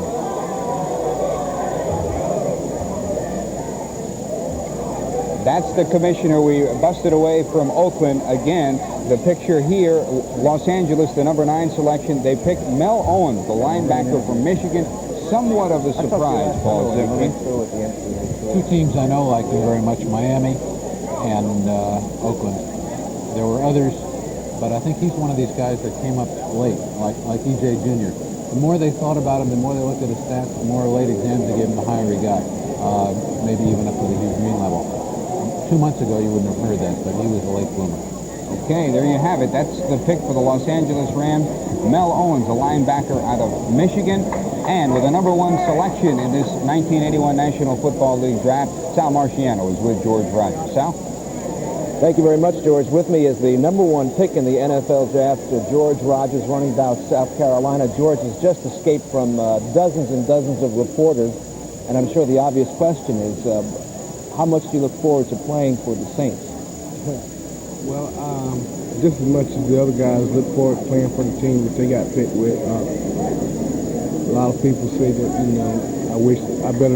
be lucky if we win 2 games, when I be walking around and stuff, around the motel. Of course, they say that about all the other teams too, but I'm looking forward to playing New Orleans. Eric Price, I hope, we can do better than we did last year. A lot of people might think that the number 1 pick could change the whole team. I'm not going in New Orleans thinking I could change the team.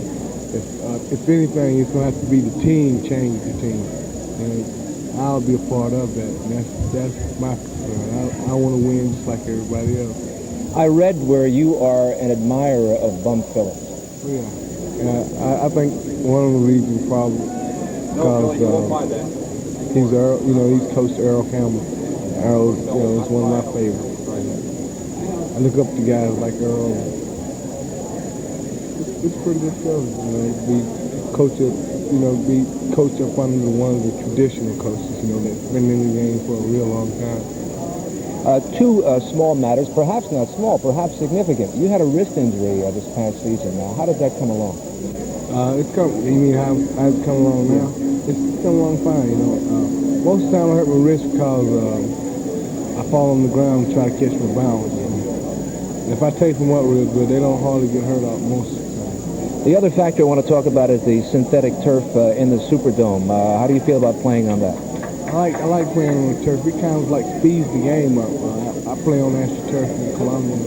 So maybe it's the difference. Cincinnati on the first round. Wide receiver David Verser from Kansas. George, Chicago Bears are up.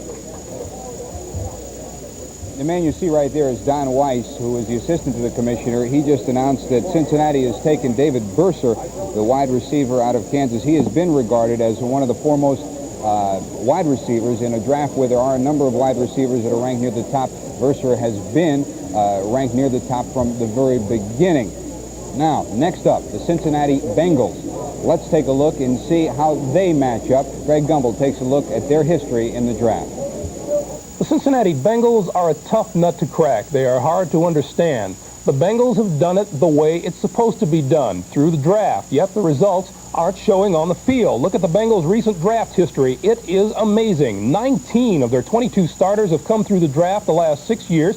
You see stats like that and figure Cincy should be challenging in the AFC Central, but they haven't. Why? Well, 4 different head coaches since 1975 for one reason, and many experts feel the Bengals just don't have enough of the talented veterans to pull the youngsters together. They have had their premium errors. They cut number 2 pick linebacker Kirby Criswell last year, but Anthony Munoz is a future All-Pro at tackle. They have also had their problems as far back as 77, where they had Mike Cobb and Voigt. They had 2 in 76 go by the wayside, but Rod Horn and Bill Glass were big contributors on the special teams last year. They are expected to do better this year. What's the answer for the Bengals? Perhaps some stability among the coaching staff for one thing, and if the Bengals have still another good draft this year, maybe this is the year they will again win more games than they lose.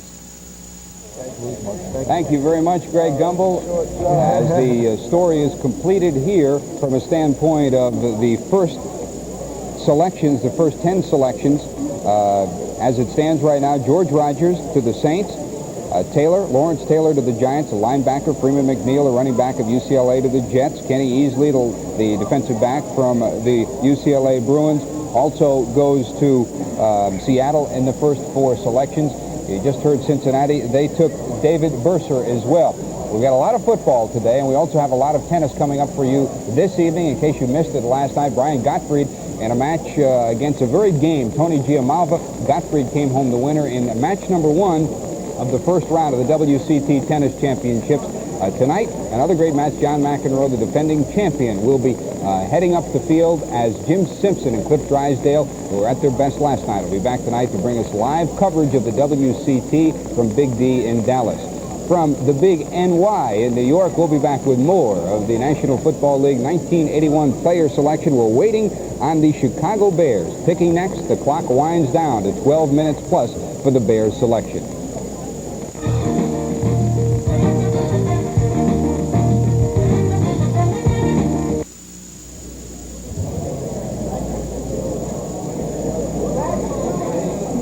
That's National Football League Commissioner Pete Rozelle talking with Al Ward from the Commissioner's office. The selection has just been made for the Chicago Bears. Pete Van Horn, the tackle from the University of California, Southern California from USC. Did that match up with what you felt? What I got 2 weeks ago was Randy McMillan of Pitt, a slight edge over Van Horn, with Van Horn closing fast.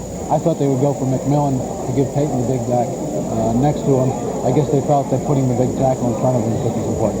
We talked with George Hallis during the winter just a couple of months ago, and he said He has more or less stayed out of the football operations in recent years, but he said this year, with the offensive problems that they've had, they've ranked near the bottom of the league the last couple of years.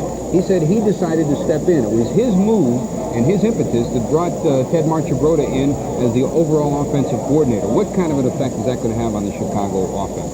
Well, the knock on Marchibroda in Baltimore was that he was too conservative. So now they brought him in to liven up an offense that was too conservative. Well, unless he's had a complete change of philosophy, or they make him change his philosophy, I don't see where that's a great progression. He's done great wonders with some outstanding quarterbacks in years past. They hope that he can do the same with Vince Evans, I gather. I think that's what they got him for. I think when you have a Peyton, you're not going to go real flashy offense and build it around your quarterback. And now the receivers are minus Jimmy Scott, so they're in trouble there. I think they've got to build something around Peyton like Buffalo did with O.J. a few years ago. The top three running backs, we knew Rodgers and McNeil were near the top. McMillan was also ranked right there. Are you surprised McMillan hasn't gone as yet? I'm shocked. Man, he's going to go right now. Okay, you think he's up this time? I think Baltimore will take him. All right, that's Randy McMillan we were talking about from Pittsburgh. Let's go back up to the gallery and see what the fans are doing here at the Sheraton in New York. Leandra. What? With me is John Lopazansky, and he's a carpenter who's playing hooky from work to look at the draft. I guess the fans aren't doing too well. Selection-wise with 12, how you doing? Not too well. There's been a lot of surprises. Everybody's been changing. Nobody's been picking who I think he should be picked. I guess your first surprise came with Los Angeles after losing Ferragamo. That was correct. Being that Ferragamo went to Canada to play, you figured the next quarterback they would take was Lomax. That was a big surprise in itself right there. And Chicago didn't pick a quarterback either. No, they didn't. No. Chicago picked Van Horn. I had him, but that's only my fourth one correct. Okay, we're ready to hear Pete Rozelle give us our next choice, so let's go back to the podium. Here's Baltimore Colts, first-round selection. Baltimore picks Randy McMillan, University of Pittsburgh running back. No good. Running back Randy McMillan taken Next up, Miami Dolphins. as the number 12 pick, as you indicated, Paul Zimmerman.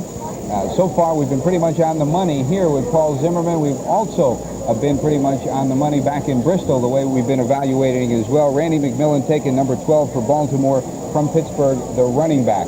Now, next up, the Miami Dolphins from a draft standpoint. Greg Gumbel, as we've told you, has been putting together an evaluation of the teams as they have done during the course of the last couple of years from a draft standpoint, and we'll be taking a look at that if time allows when we return. But first, let's take a break as we continue ESPN's coverage of the 1981 National Football League player draft. The clock winds down 14 minutes plus for the Miami Dolphins pick.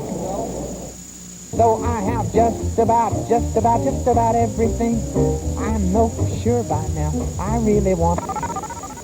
There you see the clock winding down, 11 minutes plus and counting. This for the Miami Dolphins, pick number 13 in the first round. The Dolphins in their history. Greg Gumbel takes a look at their pick process. When it comes to handling personnel, few teams do a better job of it than Don Shula and the Miami Dolphins. Their drafting has been nearly flawless in the last few years. Look at the charts. They show 17 starters on the Dolphins coming in via the draft. 2 in 1980, cornerback Don McNeil, and the steal of the year, 8th-round pick quarterback David Woodley, who became a starter and will remain Miami's starting quarterback for quite some time. Number 2 and number 3 picks, Dwight Stevenson and Bill Barnett. The coaches figure to go to them more this season.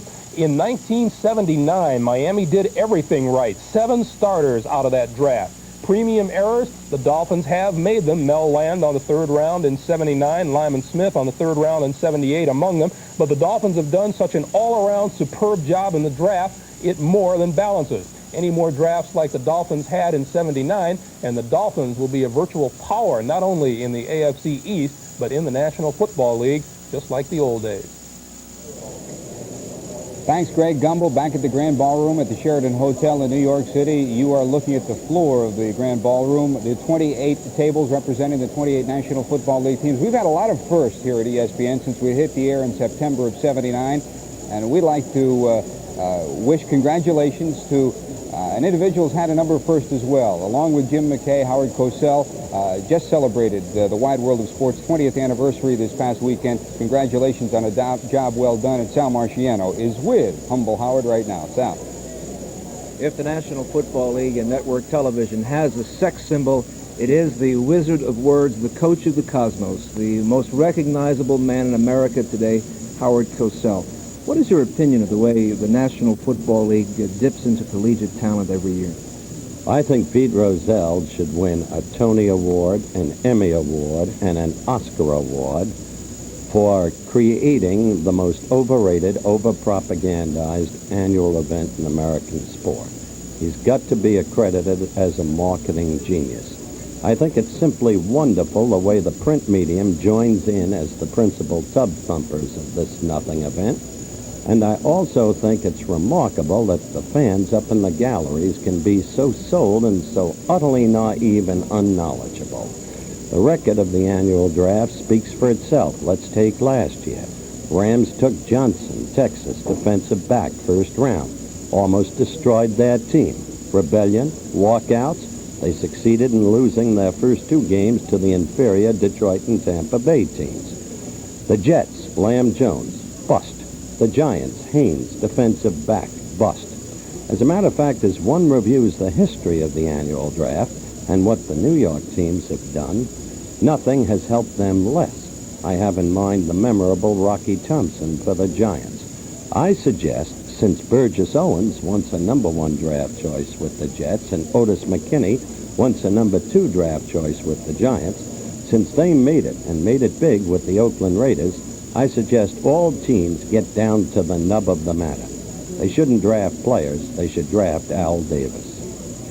This draft actually is supposed to help teams that don't win very much, but isn't it in fact the case that the rich teams get richer through trades and improving their position? Not the rich teams. The teams with the best organizations. The Oakland Raiders, a team of reclamation projects, as I've already indicated, because of Al Davis. The Rams will stay good because Klosterman has stockpiled so many draft choices through the years that he's got an abundance of talent. The Cowboys will always be good because of Gil Brandt and Tex Schramm. The Patriots will be consistently good because of Bucko Kilroy and now Dick Steinberg. The Redskins will get better because of Bobby Beathard. It lies in organization, and you know that, Sal. You've been around a long time. You're my guy. One other question, and that is, what do you think is the significance of the CFL signing Ferragamo? Not to the teams, but I'm talking about the two leagues. I don't think there is any significance. I think it's a terrible mistake by Ferragamo. I think the 00 number he wears is reflective of his mentality. He will die in Canada. He has no mobility, and a quarterback without mobility in Canada is really subject to physical assault. The acquisition of James Scott is palpably meaningless. Always a pleasure to talk to Mr. Howard Cosell. Now let's go back to George. Thank you, Sal. As you saw, the Commissioner Pete Rozelle, was watching that interview. We have television monitors around the room. He was watching it as it came, and you saw the look on his face. One thing about the Commissioner, he knows what it's like in the big time because he is the big time, and he can take it tongue-in-cheek either way. He can take it and he can dish it out too, Paul Zimmerman. Well, I just want to comment on what Howard said. It is meaningless compared to such wide world of sport events such as the stock car racing in Darlington and the motorcycle hill climbs. I mean, we've got some blockbuster events there. Pro football is only America's #1 sport, and this is only the most important stockpiling event of the year. So maybe you can excuse some of those gallery people for being tuned in. I'll tell you one other thing. Atlanta will not adhere to that because the Atlanta Falcons went from 6-10 last year when they had the good draft to 12-4 this time around and the playoffs. We'll continue with the 1981 National Football League Collegiate Player Draft after this word.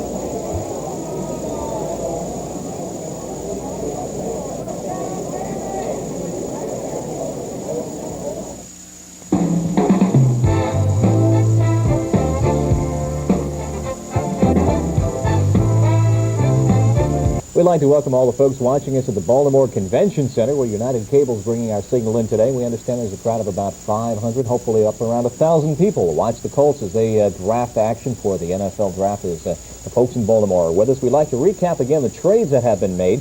The trade, Baltimore running back Joe Washington traded to the Redskins in return for Baltimore's pick in the second round, the number 24 pick overall in the second round. And the Los Angeles Rams have traded linebacker Bob Brudzinski and a second-round pick in this year's draft prior to this, it was Oakland's pick, the last pick in the second round.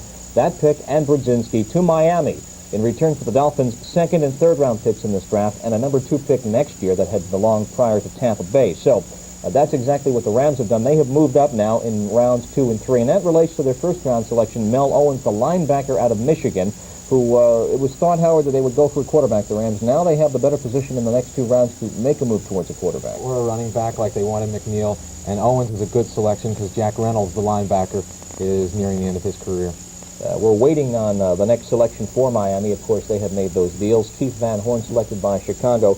Van Horn on the offensive line. There's been talk of possibly Paul Ted Watts being selected, the great Texas Tech defensive back, but the offensive tackle move, despite the fact that Scott signed yesterday with the LOX. Yeah, the funny thing, I was just talking to Bud, I said, Chicago's going to have the biggest line in professional football. You can imagine with Sorey and the 2 big guards that they have in Chicago, now with Van Horn there, they're going to have an awesome offensive line, and with Walter Payton behind there. Goodbye, everybody. I think they're moving Ted Albrecht to guard. That's one of their plans. The Bengals have selected in this round David Verser, running back, wide receiver out of Kansas. Just to recap some of the other selections made so far in this first round. Ronnie Lott, the defensive back, chosen by San Francisco. And again, those trades. So if you're keeping score with us at home, in the second round, Los Angeles now has the 15th pick overall. Baltimore has the 24th pick overall. And Miami has the final selection in the second round. And again, if you're scoring with us at home in the third round, just note that Los Angeles has the 14th pick, not Miami, as a result of some of the trades. Time is winding down in New York City. The Miami Dolphins are getting towards that time. They have to make a selection. As we said, let's go down now to New York City and get this word now from George Grant. George. Thanks, Bob. Grand Ballroom, Commissioner Pete Rozelle. Miami Dolphins, first round choice, David Overstreet, running back, Oklahoma. Next up, Kansas City Chiefs.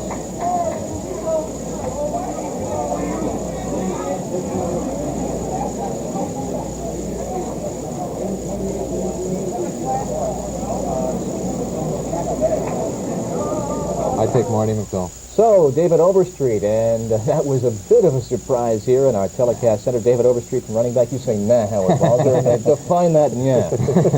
Please. Nothing ever surprises me. The Dolphins were interested in Randy McMillan, but Overstreet, I think, is going to be an excellent pro.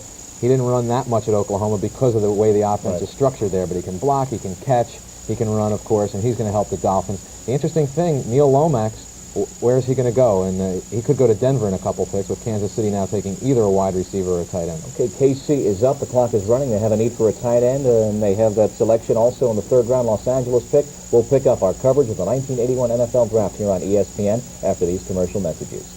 You ain't nothing but fine, fine, fine. You ain't nothing but fine, fine, fine. You ain't nothing but fine, fine, fine. Before we went down to Rozelle. Absolutely. He's the best tight end in the draft. A fine player, good all-around performer, and they've got a super premium player there.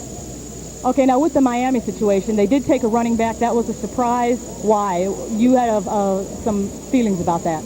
Yes, but I read somewhere that Miami has a halfback who's had certain personal problems and wants to be traded or whatever, and that would account for the fact that Miami switched to a running back.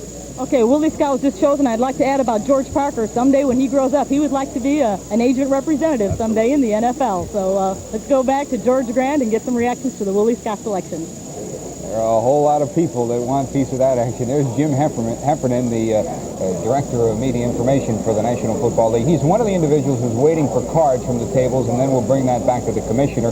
We are waiting now for the Denver Broncos. And Paul Zimmerman, the question with the Denver Broncos, 38 years of age is Craig Morton. They traded for Robinson. He did not have a good year last year. Could this be the first shot for Neil Lomax to go? But we know coming into the draft that they wanted a wide receiver. So where do they go from here?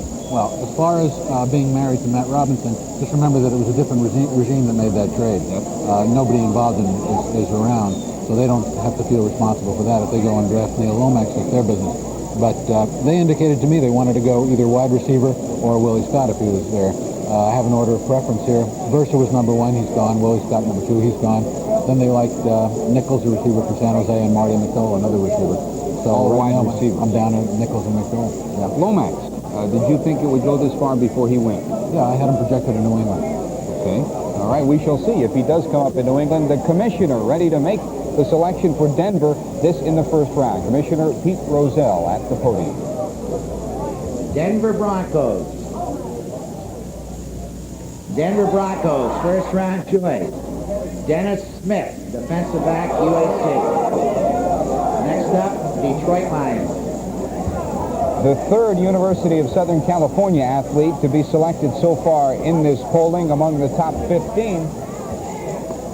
As Denver picks number 15, Dennis Smith, the defensive back out of USC. He was regarded as one of the top 3 defensive prospects, along with Ronnie Lott, who was already gone, and along with Ken Easley, all 3 of them from Los Angeles, incidentally, 1 from UCLA, 2 from USC. So Denver is pick number 15. We wait for the Detroit Lions. Their history is an interesting one. Last year, they selected number 1 with Billy Sims. Let's take a look and see how Monty Clark has done in his regime in Detroit. Well, to the beat of another one bites the dust, the Detroit Lions did begin to turn things around last football season, and all due congratulations go out to head coach Monty Clark and to his personnel man Tim Rooney. But that's a job only half completed. Of the Lions' 22 starters, 12 have come via the draft, 4 through free agency, 6 more on trades. In his 3 years in Detroit, Clark has plucked 9 starters out of the draft, and that's not bad. Last year, of course, a banner year with running back Billy Sims, who was everything he was supposed to be and then some. On the 7th round, the Lions grabbed a pretty good kicker in Ed Murray. They did make a mistake, his only mistake among the premium selections. He cut 3rd-round choice Mike Freed, who looked pretty good with the Giants before he was injured. Clark also had a fine number 1 selection in 79, tackle Keith Dorney, and in 78, 4 draftees made their way into the Detroit lineup. The bottom line on all of this, Clark and Rooney are doing the job as it should be done through the draft. The only thing is they will need another good draft this year to keep up in the NFC's black and blue division.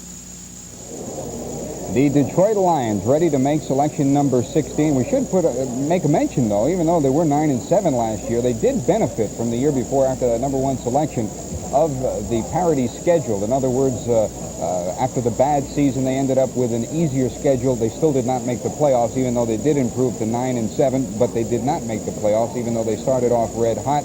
Monty Clark and Tim Rooney waiting now for their selection process. How do you evaluate Tim Rooney as a selector from a draft standpoint, Paul Zimmerman? Well, Tim comes from that Pittsburgh system, which is good, as you know. He comes from a solid football background. He's very knowledgeable. Of course, you have to ask who has the real input. I'm sure he supplies information. I don't know who makes the final choice there. I think the coach probably has a lot to do with it. Maybe the general manager. I know last year... Russ Thomas? Yeah. Gary Danielson accused Thomas of meddling in places where he shouldn't. So I think they're a pretty solid drafting team. Not spectacular, not bad. Who do you see him picking? Well, now, I haven't been doing too well, have I? Robin Sandline, linebacker. I'm giving you a chance to make up here, you know that. I'm taking a way out shot. That's like a betting a 10-to-1 shot. Okay, Robin Sandline. The commissioner is ready at the podium for the Detroit Lions pick. Detroit Lions. Lions first round selection. Mark Nichols, wide receiver, San Jose State. Next up, Pittsburgh Steelers. Mark Nichols, the wide receiver from San Jose State, regarded again as one of the premier wide receivers available in this draft. There were no less than a half dozen of them who were regarded quite highly. David Verser, Marty McDowell, Mark Nichols, as well as Kenny Marjoram from Stanford. Nichols at 6 foot, 209 pounds, good size to 200 pounds, and that's a factor. So we are through 16 picks thus far in this first round of the National Football League 81 selection process. The next pick comes with the Pittsburgh Steelers. We'll be back with that one after this word as our exclusive draft coverage continues. See the floor of the Grand Ballroom at the Sheraton in New York, and while it's football today and tennis tonight, don't forget, come Saturday, live coverage of the North American Soccer League, Seattle at Vancouver. This should be an interesting matchup. It was last year that Vancouver was knocked out of the playoffs by Seattle. We shall see what happens. Seattle, one of the powerhouses last year, winning 25 games in the NASL. Sal? We are set for pick number 17 with Pittsburgh. I'm told now that Hank Stram is with Sam Rosen. Let's check in. Okay, thank you very much, Sal. And Hank Stram is here with CBS Radio Network. Hank, of course, watching the NFL very closely, former coach. Hank, what's going on the other side now, the other end of these telephone lines, back in the front offices? Well, Sam, all the heavy work has already been done during the off season, so everything is written down, everything is calculated very precisely, and you have a list of 100 people to begin with. And you, as people are picked, you cross off those names and put them on another board, and you keep abreast of what's happening and what's remaining, and you know who you want to get. You hope that you can get that particular individual. Sometimes right about the time you think you're going to get him, somebody picks right ahead of you. Then you've got to you must make a last-minute adjustment. But overall, the planning and the discipline and the overall format of getting ready for the draft is so well organized that really it isn't much of a problem.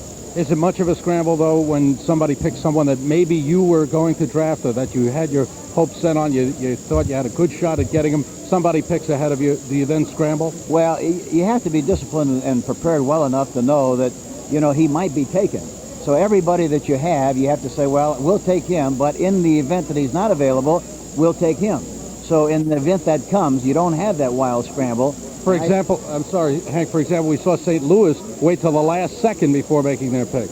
Well, it might have been that they were talking to people about a trade or changing their draft picks or something of that nature. That doesn't necessarily mean that they didn't know who they wanted to get or wanted to take. It was just probably a combination of things that they were involved with at the time.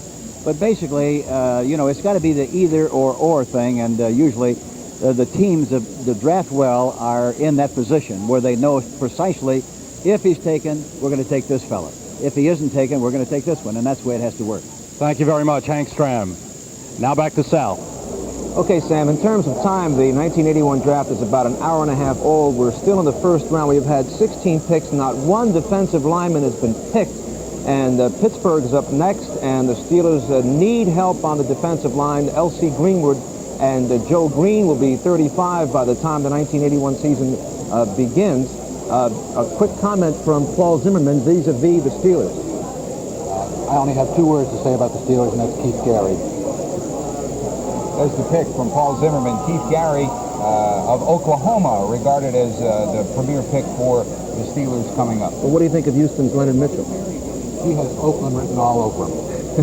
All right, there you have it. We are waiting for the Pittsburgh Steelers to make their pick. If it should be Gary, remember the Steelers had only something like 16 sacks all of last year, so you know they need some help at that juncture of the table. You can see the Pittsburgh Brain Trust here in New York, in particular Bobby McCartney, who's their director of film, and he is heading up the phone conversations as they try to put things together back to Pittsburgh and try to nail down this 17th pick on the first round. Let's head back to our broadcast center, Bob Lee and company.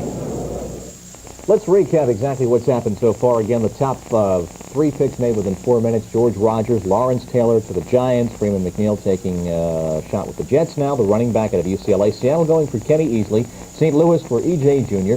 Rich Campbell, the quarterback from Cal, going to the Packers. The Bucs selecting Hugh Green, finally, the linebacker out of Pitt. San Francisco selecting Ronnie Lott out of USC. Mel Owens, the linebacker from Michigan, picked by the Rams. Cincinnati going for David Verser, the wide receiver out of Kansas. Keith Van Horn, the offensive tackle from USC, going to Chicago. Randy McMillan, the fullback from Pitt, selected by the Colts. The Dolphins going for David Overstreet from Oklahoma.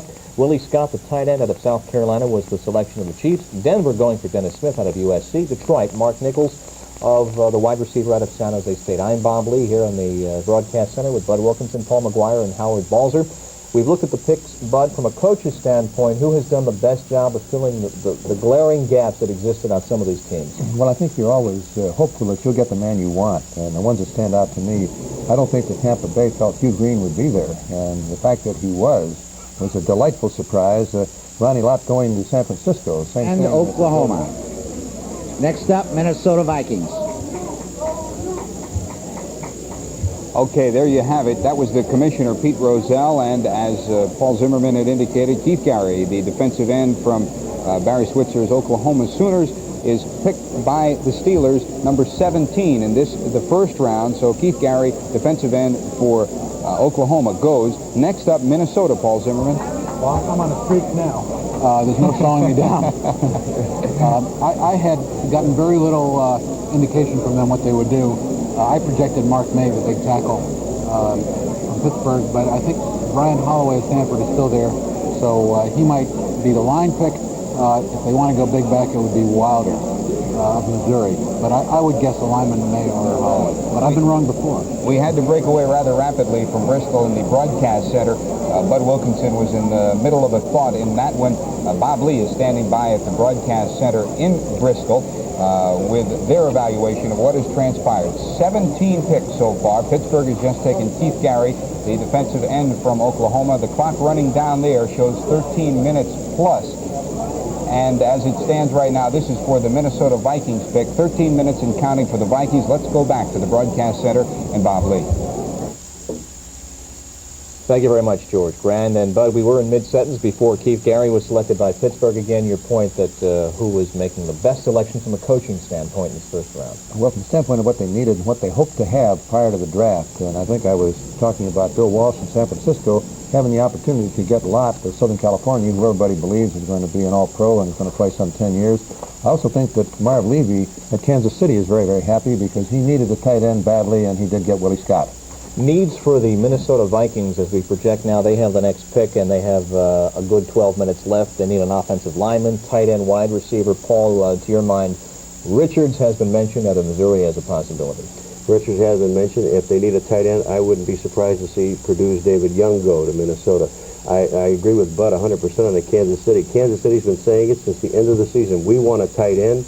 Of course, Howard and I disagree because Howard thought that, they did get a tight end, but they would get it in the second round. But they took it in the first round, and they took Willie Scott. You didn't see Scott Howard as a first-round selection. I thought this year it's a good crop of tight ends, but it's not a super one where you had one guy standing out like a Junior Miller last year or Winslow a couple of years ago. I thought they could have gotten a wide receiver and then waited for one of those still pretty good tight ends in the second round. Marty McDowell is still available. I'm a little surprised he hasn't gone yet. Donnell Thompson, I thought the Steelers would take him. He really bulked himself up lifting the weights in the offseason. He's going to be a pretty good choice for a team. Minnesota taking next, I would think Holloway would be the pick. They need that big offensive tackle, and right now I think that's what the Vikings will do. I don't think they really need a tight end. I don't think there's a first rounder sitting there at tight end right now, to be honest. Following the Vikings, the next selection following that belongs to New England. Then Washington, which has that pick which originally belonged to Los Angeles via the trade. There's still about 10 minutes remaining for the Vikings to make that selection. Oakland has two selections in this first round. Talk about people having Oakland stamped all over them. There is a unique quality to Oakland players. We'll pick up on that point after we take this commercial break. Live and exclusive coverage of the 1981 NFL Draft here on ESPN.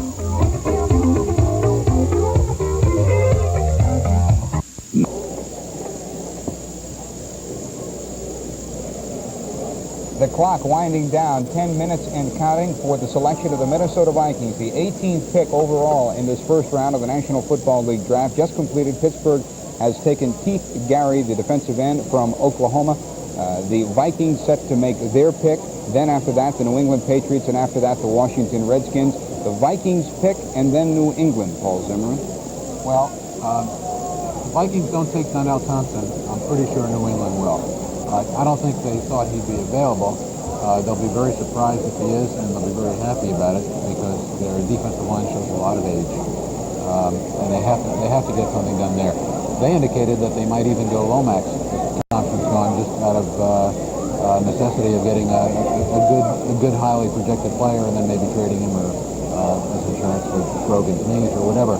But I think you can be sure they're going to take that defensive lineman if they can. Okay, we are at the point now where this is the Minnesota Vikings pick, number 18. And number 19 will be the Washington Redskins. They were involved in that trade with the Rams. It allowed the Rams to go from 20 to 9. So Washington will get the pick after New England. Minnesota, New England, Washington. Still to come, Oakland has two picks coming. Cleveland, Buffalo, San Diego, Dallas, Philadelphia, and Atlanta on this first round. Now, we've heard from the gallery here as how the fans are evaluating. We have some experts as well as fans over at one of the traditional football watering holes in New York City. That is Mike Minucci's restaurant. Chris Berman is there. Chris, what's happening? Yeah. Well, George, I'll tell you, everybody here at Minucci's is using the ESPN draft kit like we are right here to write down all the picks. Pat Garvey is with me, and he's been a season ticket holder of the New York Giants for Well, they used to have pillars in the stadium, didn't they? It's been a long time. It's the days of Y.A. Tittle, but I must say that I think Lawrence Taylor is an awfully good choice and probably indicative of the fact that the Giants are going to go to the 3-4 defense next year. The only problem with that is that you need a strong nose guard to play that defense, and the strongest nose guard the Giants have had in years is now playing for the Detroit Lions and John Mendenhall. Yeah. I hate to sound cynical, but the Giants for the past decade have left us with many disappointments, and I think the jury is still out on the remainder of the draft for the Giants. Pat, as a Giant fan, the new Perkins Young regime, do you have a little more confidence that Lawrence Taylor is not a cliff diver from Bermuda? That's Rocky Thompson you got to be referring to. No, I think he's a blue chipper. Last year, I think the draft was a bust for them, and I think 2 years ago in Perkins' first year, certainly with Sims and Ernest Gray, I think that was a good draft for them. It remains to be seen what they draft in the rest of this round. It's a sobering thought indeed to think that last year their two top choices probably were Haynes and Bruner, the quarterback, and the quarterback they let go ended up on the Super Bowl Eagles, and the cornerback or defensive back they let go ended up on the Super Bowl Raiders. So you got to question again what Perkins and Young are still up to with the Giants. Well, as a longtime fan of the Giants, where would you like to see them go? More defense the next couple of rounds? I subscribe to the best athlete routine, but I think the Giants need so much help on offense that they certainly have got to start to look to offensive players, with the exception of if they could get a good nose guard, but I don't think one exists in the draft this year. All right, I'll tell you, the Minnesota Vikings are next, then the New England Patriots, and if I just might throw in my 2 cents on the Patriots, if they draft a defensive back, that'll be 6 #1 picks at defensive back. One of them is going to have to sell hot dogs. I think that's the way that's going to go, so we're going to see what Bucko Kilroy has up its sleeve with New England a little bit longer. Pat, let me ask you this. The Giants fans in the past have burnt some tickets, even though they still sell out the place. You really feel a difference going to the games last year, that something was a little bit different, even though so many injuries in the free agents? I must say last year I didn't feel so much that way because Sims got hurt rather late in the season, and I think the impetus went out of the team. But the year before that, I certainly felt that they were on the right track. I really have some doubts about where they're going, and they've renewed Perkins' contract, so they're obviously committed to him, and they're going to stick with him. All right. They are committed to him, and we're committed to go back to the draft headquarters at the Sheraton. Thank you, Chris. We are waiting on the 18th pick, the Minnesota Vikings. Interesting. They mentioned Phil Sims. Of course, when he was selected, it was somewhat of a ruffle, but now the small college players and quarterbacks are familiar names. Let's go back to Oakland and Ron Barr and see what's transpiring on the West Coast view of this 81 draft. Thanks a lot, George. Well, for the last 4 years, I've been doing Stanford football play-by-play, so I've seen a lot of Mark Nichols, the wide receiver that was drafted by Detroit. He's much like Stanford's Ken Marjoram. He's got the great speed and the great hands and great anticipation. He's 6'1", 211 pounds. The thing that the pros liked about him was he is a heady player. He'll go downfield. He'll take a look at a linebacker. He'll take a look at a defensive back. He'll read what they're going to do, and then he'll break into the open. He also has great anticipation. If his quarterback gets into trouble, he knows how to find the open slot. A lot of people are surprised here at Raider headquarters that Mark Nichols went in the first round. They expected him to go high in the second round.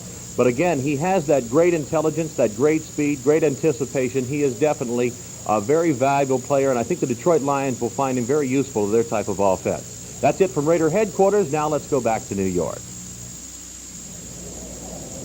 The clock winds down. 4 minutes and counting for the Minnesota Vikings in their first pick of this draft, the 18th pick in the first round. And on the floor, Sam Rosen is standing by, and he'll be filling us in on the way people are evaluating the way this draft has gone so far, as we have gone through at this point, 17 different picks, with the Pittsburgh Steelers taking last. They took Keith Gary, the defensive end, out of Oklahoma. We'll be, of course, following the picture in Oakland as the afternoon progresses, as the morning and afternoon progresses. Oakland has 2 picks on this first round, number 21, which will come a couple of picks ahead, and then again, the number 24 pick. So Oakland will have a couple of shots at it during the course of the next hour or so here in the 1981 draft. Let's go on the floor with Sam Rosen. Sam? Thank you very much, George, and I'm here with columnist Murray Kempton of Newsday. Murray, what brings you to the NFL draft? Well, I'm a New Yorker, you know, and the NFL draft is the only time when the New York teams ever rank in the first 3. Some sleeper like New Orleans always comes in and pushes them out.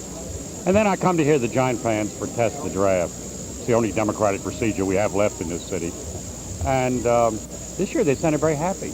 Yeah. Sounded like they got the player they wanted. Well, they got what they read in the newspapers. Do you think Do you think that coaches draft from the newspapers? Oh, I don't know. You think they listen to columnists? Well, I'll tell you one thing. I've been telling people how to pick presidents for years, and nobody's paying attention to me. But these coaches just go faithfully right along with the newspaper picks. What do you think about this whole scenario? I think it's delightful. I don't want to plug you guys, but I think it's absolutely brilliant to have 12 hours of it. It's like a good congressional hearing. But of course, the thing is that, like a lot of journalism, it's a little fraudulent. You look at these junior assistants. I mean, all the heavy thinkers are all sitting in their suites, phoning them in. I think it would be a much better show if, you came down here and watched Bud Grant freak out when he has 3 seconds left on the shot clock.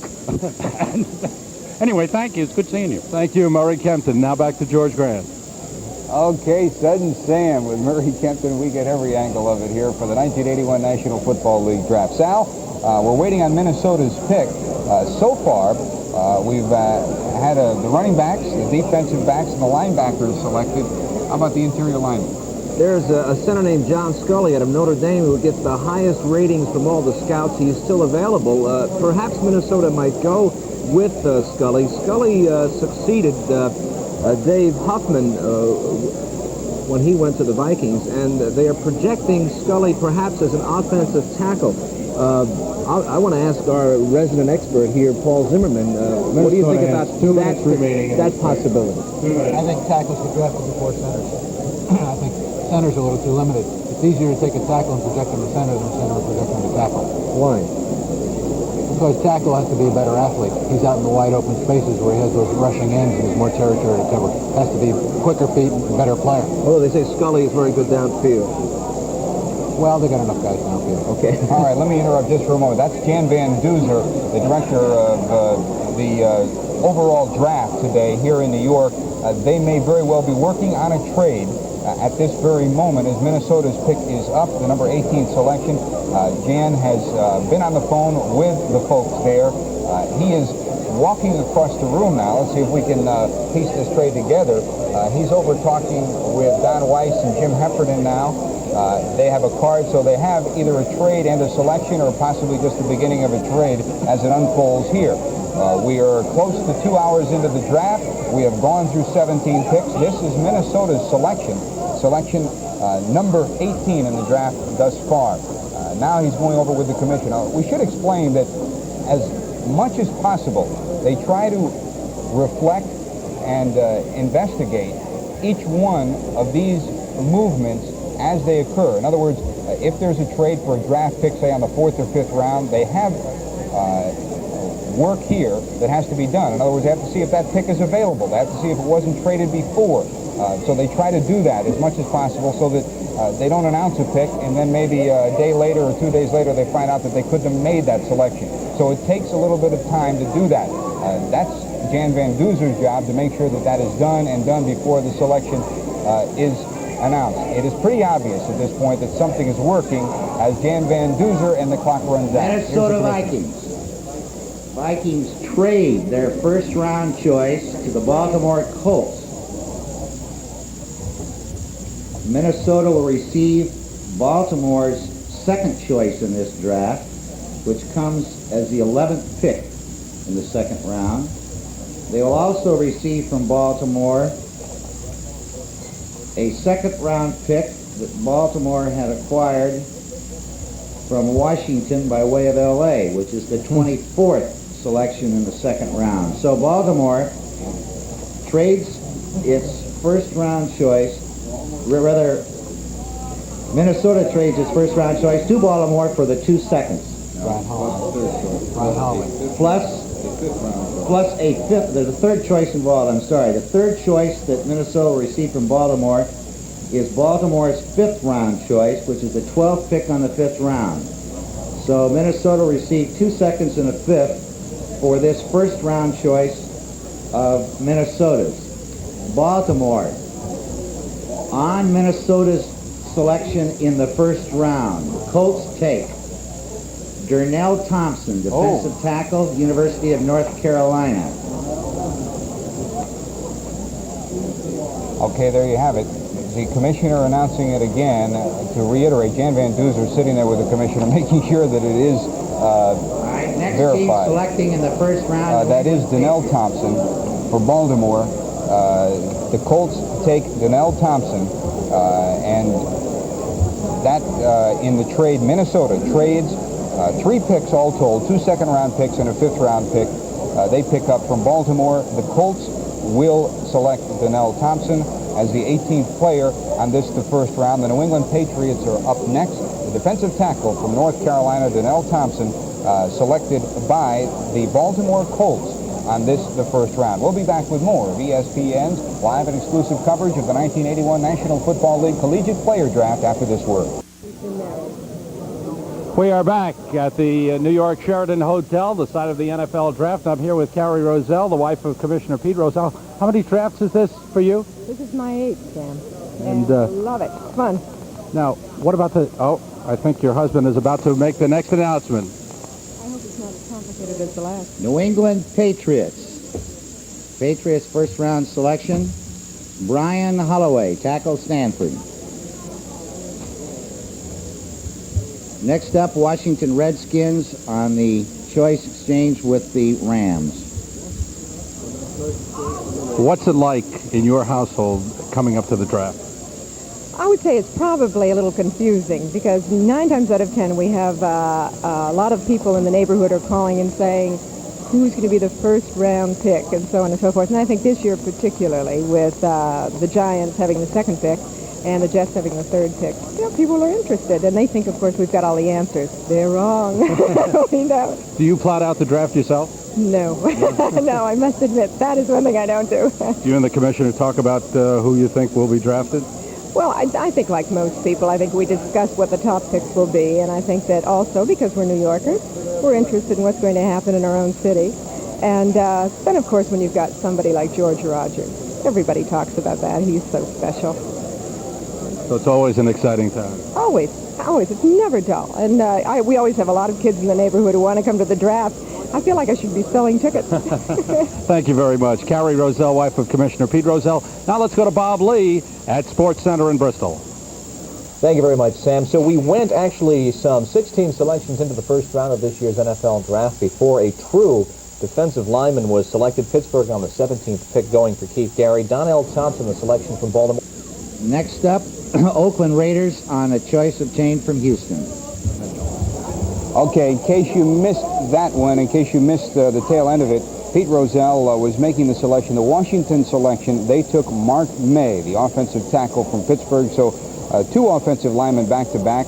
It was expected that the likes of Holloway and May would go pretty fast, and as it stands now, 3 offensive linemen have been taken. Holloway to New England on 19, and the most recent Washington picks in the 20th slot, Mark May, the tackle from Pittsburgh. Bob, I know that you folks up there have been looking at this. I know in particular Howard Balzer liked both Holloway and May coming into this draft.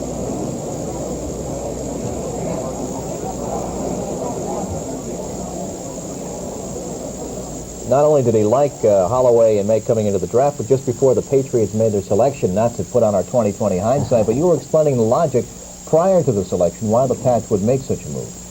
Well, they made that trade a couple of years ago when they traded Leon Gray to Houston, and they had plugged in Dwight Wheeler as the offensive tackle, and he really hasn't performed up to those great expectations. So when a lot of the players have been gone that maybe New England would have liked, it was a logical thing for them to take one of those top offensive tackles. And they chose Holloway, and Washington coming up next. I had them taking Holloway if he was still there, so they just went for Mark May, who I thought might have gone earlier, but of course, as we know, they're always a gamble. But Leonard Mitchell is still sitting there.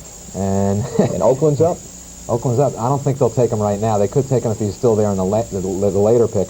Excuse me. I think they're going to take a wide receiver now. McDowell is still there, or possibly Chris Collinsworth. As we were saying earlier, we went 16 picks before finally a true defensive lineman was selected. Pittsburgh selecting Keith Gary. Donnell Thompson on the 18th selection, Paul, selected by Baltimore. Well, I think the thing that we have to consider here is that, talking to some of the coaches and scouts, there aren't that many true defensive ends coming out of college. Most of these defensive linemen are defensive tackles. They're going to try to convert some of them. but the majority of them are defensive tackles, and that's kind of strange coming out of college football. Well, Thompson is a nose guard, goes 6'4 and a half, 260 out of North Carolina with 4'9 speed. He finally really lived up to his reputation this past year. Can get through those blockers, make the move, defensive tackle and or nose guard, as we see with 87 total tackles. Bud? I think it's very interesting. Depends on the ability of position, but you had 6 of the first 9 picks, defensive linebackers, and defensive secondary people. 6 of the first 9. That's where you lose football games.